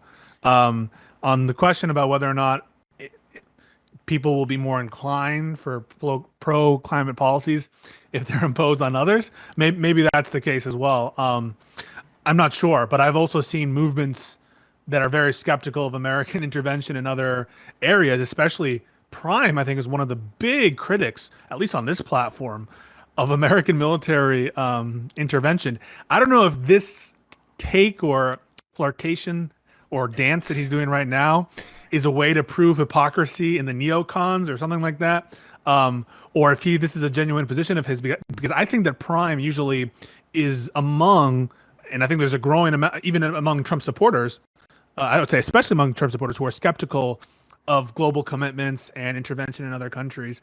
And so I wonder which one will win out. Will the selfishness win out, or the desire not to involve themselves in foreign affairs win out? Or maybe they're both selfish. You just like weirdly proposed like an interesting policy, which is we impose like environmental restrictions on other people. So like we're like, hey, fuck you, you can't do this, and then China like holds us accountable where they're like, hey, fuck you, you can't do this either. And it's kind of like your friend, like where you ask them to help you quit smoking, and they see you like pulling the cigarette to your fucking face, they like smack it out of your hand. Like maybe that's what we need. Maybe we need like an international. What does that mean? Like China governs law in America? America governs environmental Cold War. This is masturbatory. You know, we build a smoke Cold War. Yeah. stack. If China drops a nuke on like Seattle or something, it's like just keeping each other accountable, right?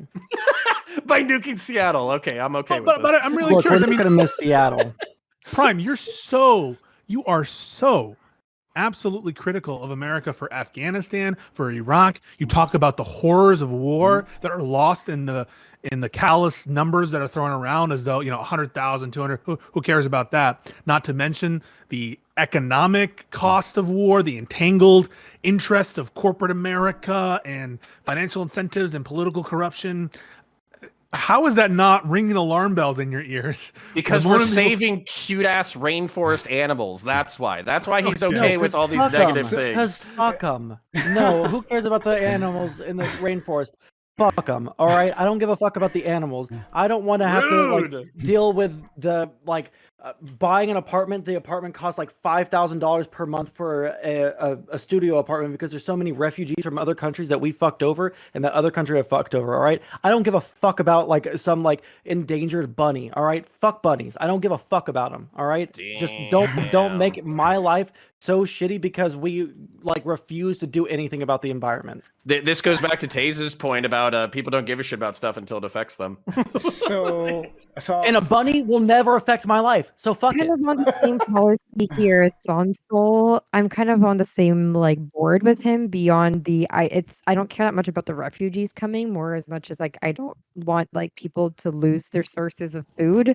And that's kind of more of an issue for me. Like I don't worry that much about people's displacement because I just think like when it comes to some of these issues, if it happens fast enough, they probably will die before they get displaced.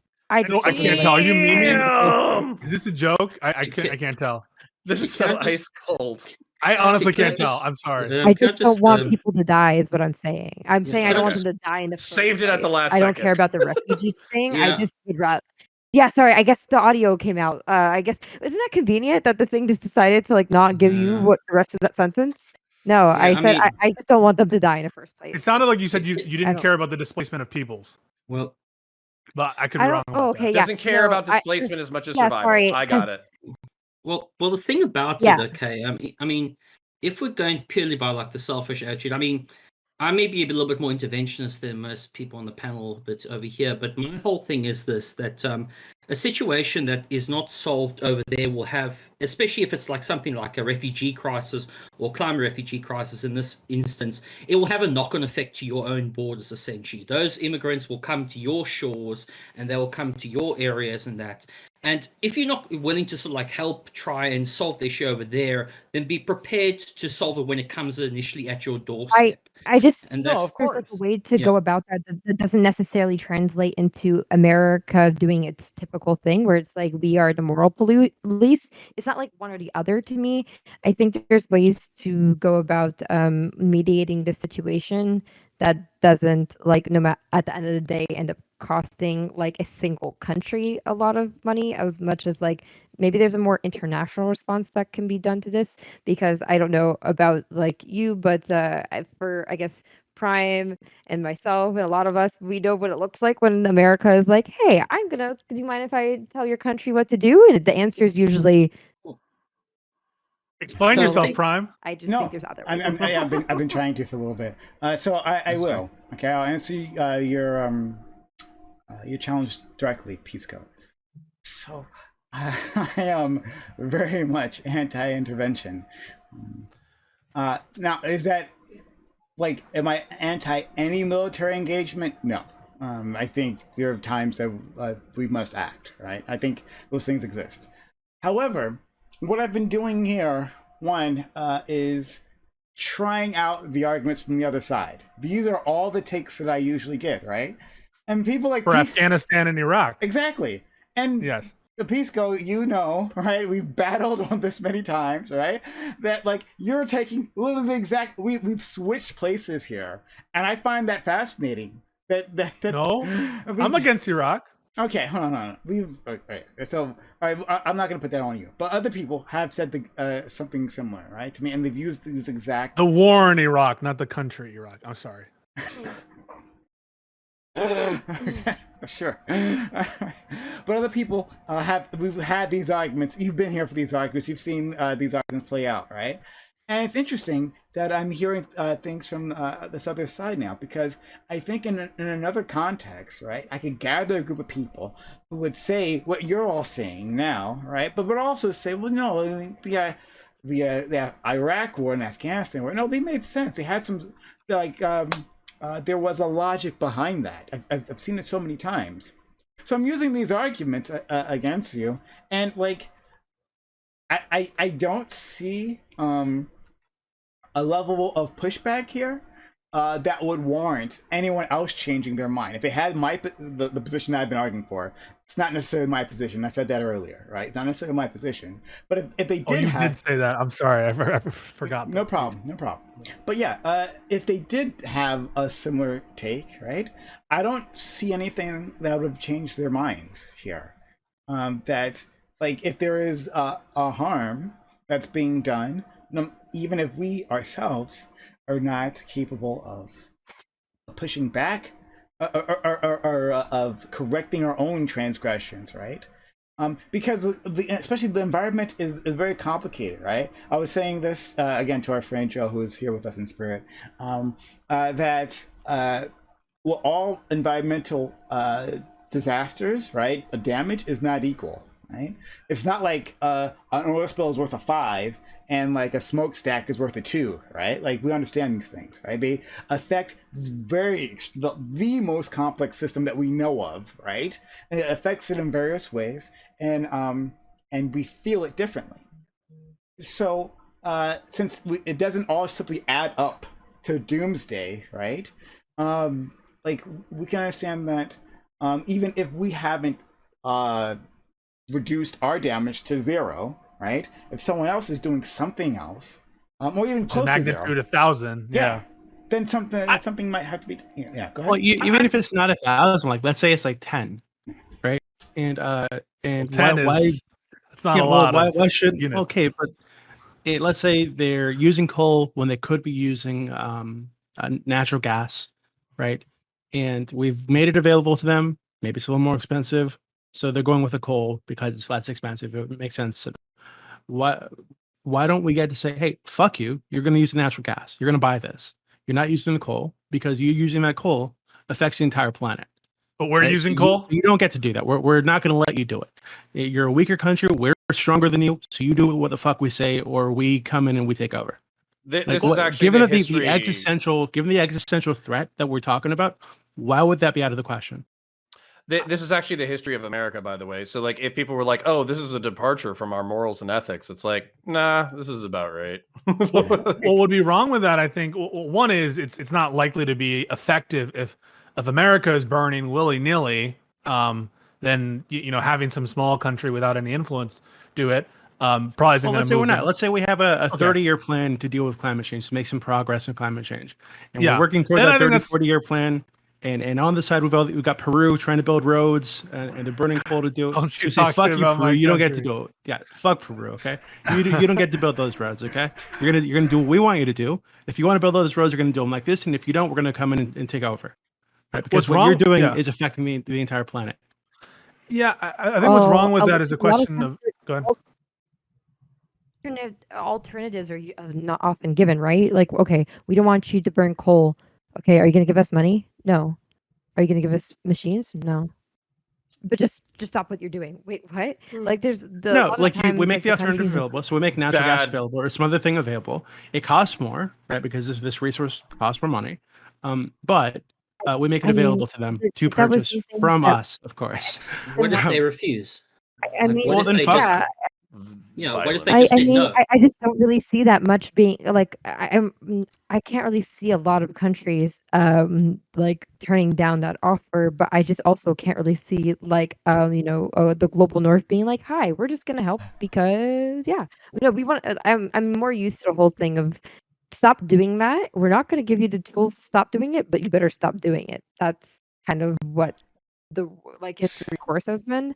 But hey, if they're gonna give away free solar panels for all of Peru, then So okay. I want Pisco to answer that question I was posed to him, but like I'll Yeah. also say just quickly, like we can like attenuate like our responses, just like people have been saying. There's other actions other than dropping bombs of liberty on individuals, right? So we can do that. Bombs of environmentalism. Environmental liberty, right? So if we can have sanctions or something else, right? Like other people who are better at international relations can tell me all the options available to us, right? So we can do all those things before then, right? Depending on the level of harm being done, right? So Pisco, and then Yeah, I'll respond to. It's not something that I can see is totally unthinkable as an example, Dooby, because I think I could envision a situation where you have a Democratic president who really wants to do federal action on coal, but just can't do it or is limited by federalism because states would have to agree to institute a carbon tax or something. So I can envision scenarios where our international body or our foreign-facing executive or head of state, the president, wants to pressure another country, and he himself or she herself or they themselves are not hypocrites because they want to see it, but they just can't affect it in the country. And I think that in those stages, the hypocrisy maybe starts to go away. And obviously, I think in such situations, I think it would be okay for America to insist on other people being clean. Just 2 points on that real quick. One is I don't want to discount the cost of war in all of this. Yeah, so I think obviously you can do other things. Sanctions are significant too to the populace, but the cost of war is extremely significant, and I think you have to put a lot of harm on the side of the polluter, on this individual polluter. Because remember, pollution is all it doesn't know who the source is, and so in some sense, it's all a joint problem. But on the scales, I want to really say that war is very costly. And then second, I care about who decides what is too far. And I have a problem with the president of the United States or a single judge or even, the United States being the sole arbiter of who is and who is not doing too little for climate change. I think there should be more democratic accountability and democratic ways of assessing those kind of negative penalties. That's all. But I can think of situations where it would make sense to pressure. So, okay. We'll have to leave it there.